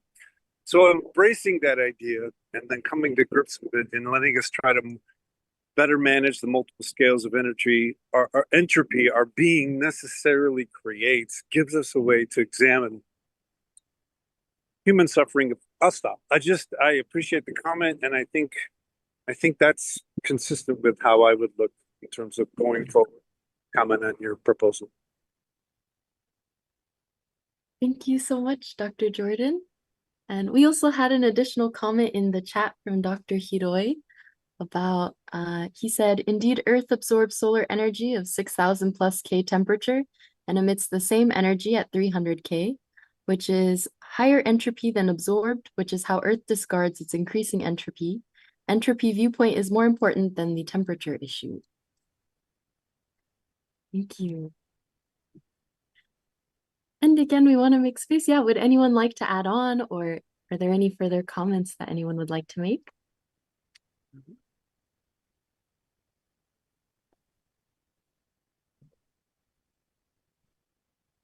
All right, sounds good. Thank you for the insightful discussion that took place, and thank you for all your feedback and thoughts, and thank you so much. So if we can give one more round of applause to all of our panelists, our speaker for today, and then also for all of our audience members too. Thank you for your engagement and participation in creating this important dialogue that I think will continue to be an ongoing one as we further develop and expand on this discussion.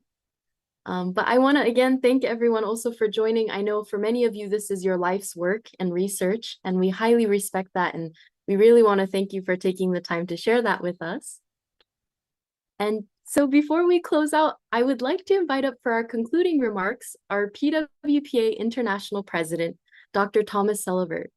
He is also the co-coordinator of IAAP, the International Association of Academicians for Peace, and he has a doctorate in comparative religion and East Asian philosophy from Harvard University, and has taught for over 25 years at universities and colleges in Canada, the US, as well as in China and Korea.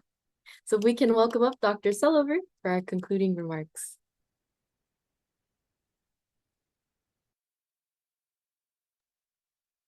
I don't think I can do it myself. There. Thank you very much, Jasmine, and thank you to all of our highly distinguished panel. On behalf of the PWPA International family, I want to thank everyone who's participated in this activity.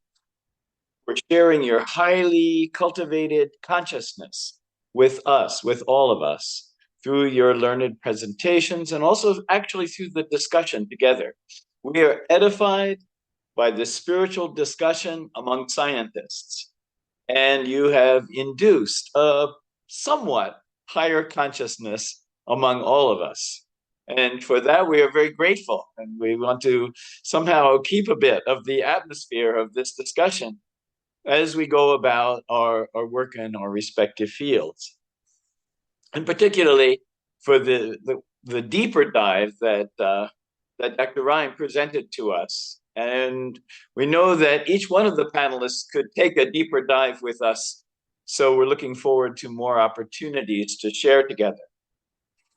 The hope of the PWPA founders, Dr. Samyang Moon, Dr. Hak Jahan Moon, since the beginning in 1973, is that through this kind of give and receive process, we can stretch our own consciousness one by one, and at the same time, and in the process, to stretch what we might colloquially call to stretch our hearts. Our ability to resonate with one another, our ability to resonate with our environment, to resonate with the earth around us, and in so doing, be able to make progress, as in the PWPA proposal that Desmond presented.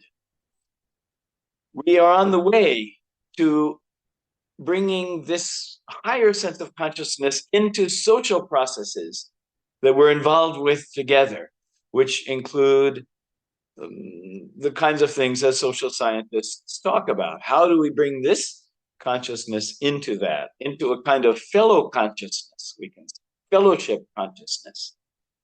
And in that regard, we are resonating with, as we call, our source. We can even personalize that source under some conditions to speak about Heavenly Parent. That is to say, the kinship among all of us in various forms that we experience, the more we get to become familiar with each other, not only in this group, but actually with our fellow humans and actually with our fellow beings in this cosmos. So, with that said, there's a lot of homework for the up and coming generation of scientists and articulators of this perspective. And so there's a lot of food for thought, and we thank you very much for everyone. Thank you very much, Dr. Sullivan, for that heartfelt message. Thank you so much. And yes, thank you again.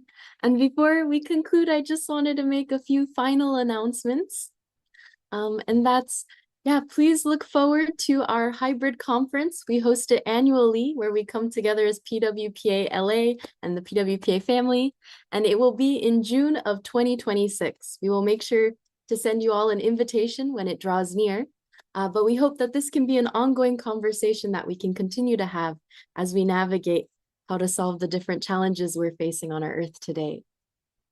And we also have recently published our first publication as PWPA LA on a solution guide entitled An Innovative Solution for Environmental Issues. Our proposal is actually based on this publication, and we are asking for feedback. So if you are willing to help, if you can help us, please let us know, or if you would like to receive the book, please let us know. And yes, we can get that book to you. Otherwise, if you scan here, it's also available on Amazon. But also, please contact us. We would love to stay in touch with all of you. We hope that we can continue this partnership and cooperation, and we would love to support the various work that you're doing as well. So you can go to our website, pwpla.org, for more of our content or to subscribe to our newsletter. And we look forward to working together with you on this important endeavor to unite religion and science, and also understanding consciousness so that we can address and resolve the many issues facing our world today. So thank you again for joining us today. And for our Zoom audience, we're going to ask if you can stay on for a group photo. But for all of those joining us via live stream, thank you so much for joining us today. And this officially wraps up our program. Thank you for being here and sharing this time with us.